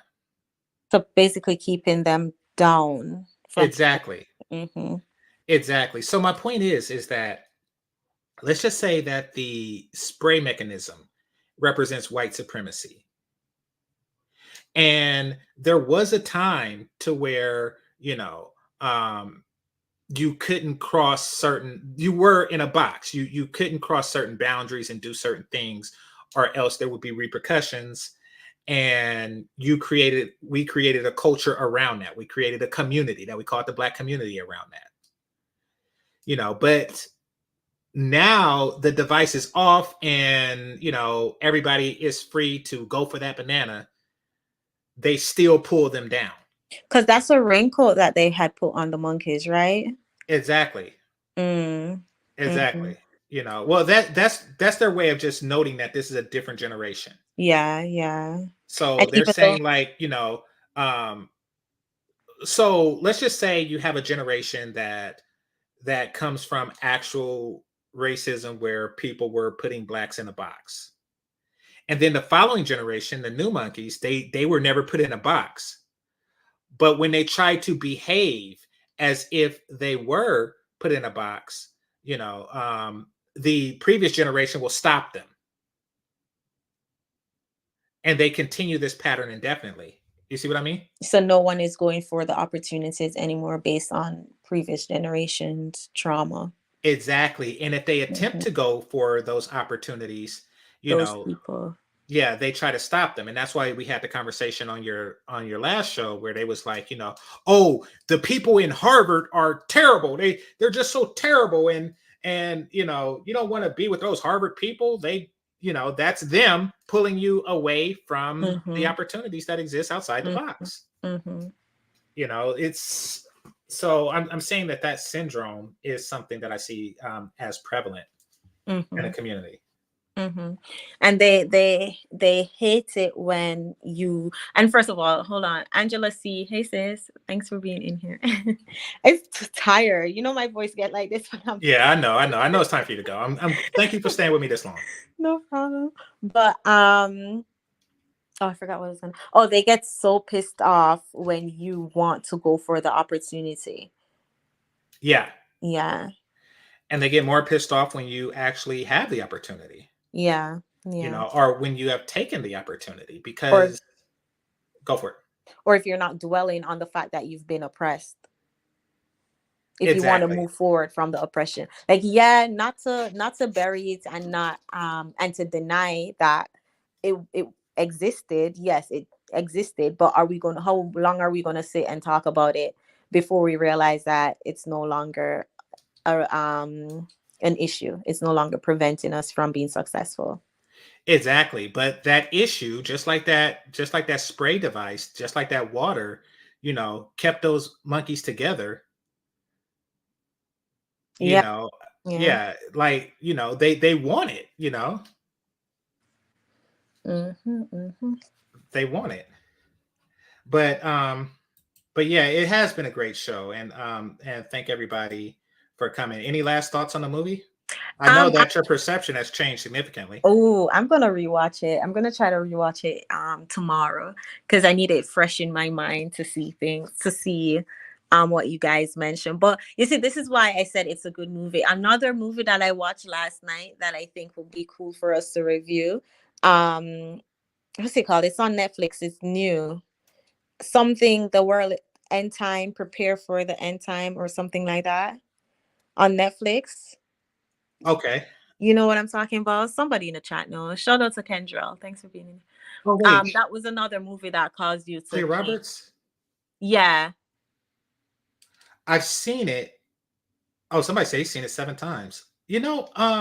Probably because I was still really just like after seeing this movie, after seeing Luce, I have like a high bar. Um. No, I think Sam said he's seen Luce. Oh, okay. Yeah. I tell you what. After the show, tell me, like the thesis, and yeah, we can because I've already seen it, so we can definitely go over it. And I think I'm gonna do a movie night, so let me know if you want to come and we can play Luce there. In fact, I am gonna play it. So tomorrow is movie night. Email me with your information, people, and we can all watch Luce. So stay tuned for that. Yeah, definitely going to rewatch Luce. If I can't make it tomorrow, I'll definitely rewatch it. Okay. But no, this was good. Shout out to everybody who maintained, who stayed up with us. If you guys haven't already, though, please go ahead and hit the like button. Greatly appreciate it. Sam wants us to review the first Purge. I mean, I feel like this is something we could do, review movies.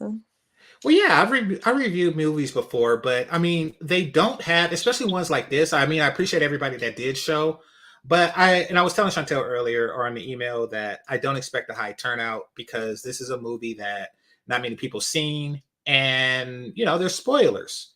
So I get it that people aren't really going to show up for this. So, but I do like doing movie reviews. I will be in detail, in great depth. I will be reviewing The Color Purple with Chantel and others, giving character breakdowns on that because they're doing a remake on Christmas, and I want to have a very cerebral view of it. So, for those of you who rewatch the movie, if you do it on bootleg, but for those of you who rewatch the movie, can really see what I see and get a different perspective, I should say. See, that's what I was saying, because I do want to watch the movie to participate in the show, but I don't want to spend my money on that movie. Like, I don't want to support that movie. The day after Christmas, come and watch the BL with GameChanger. We can watch the BL on the DL with GameChanger the day after Christmas. That way you're not spending that money for, just saying. Just come to the movie night day after Christmas. How's that? And this goes for everybody. You all are invited. But yeah, it's not a great turnout with these, at least not initially. I do notice that over time they do well. But I don't mind doing it. And yes, we can do a lot of movie reviews. That's why I have movie night and stuff like that to, really give like an in-depth perception. Because I learned a lot from your point of view and the audience point of view of this movie, things that I missed and so did you. And, it's great to have perspective on things like this, especially a movie like this where it's not written for entertainment. It's really, well, of course it's written for entertainment. I shouldn't say that, but it's really written more from the author's personal experience. And as I said, I love movies that like each person can leave with their own interpretation based on how they perceive the world. Exactly. And hear what your interpretation was. I like that. I like movies I know I get what you mean by just entertainment, where it's like, okay, yeah, we sit, we watch it, we don't think about it. Another movie, Yes There, you heard about that? I have not. Yes There was supposedly a movie that was supposed to be highlighting the red pill community in a negative light. But that was another movie that it wasn't as good as Luce. Like, I walked out with a lot of questions, but not because it was intentionally written for you to be confused. It was just one of those movies that was just like, it was just confusing. But I do like movies where it's like, I don't get it. Let's talk about it. I like thought-provoking movies. But then, because it forces you to think, I don't like thought-provoking movies that provoke thought because it's stupid. Yeah, that one You provoked. know, it's like, okay, you're really thinking deep into it, and then you're like, they just stupid. Yeah. Like, that's like, that was just dumb. Like, so yeah, it's like Stella got her groove back. It's like, is it thought-provoking or just the more you think about it, the worse it is. It's one of those things where it makes sense if you don't think about, like you'll say. Yeah, exactly. But I do like to thank everybody for attending. Like I say, I don't expect big turnouts on these, for the reason I stated before. But appreciate those who did. It seemed like most of the people here, besides the people that came to troll, really already seen the movie, which explains that it's so few, which is perfectly fine. I love having these discussions with people who've seen and can interpret complicated movies like this. So greatly appreciate you all for showing up. Last words? No, just thank you guys, and I'll see you guys when I go live again. All right, thank you. Peace.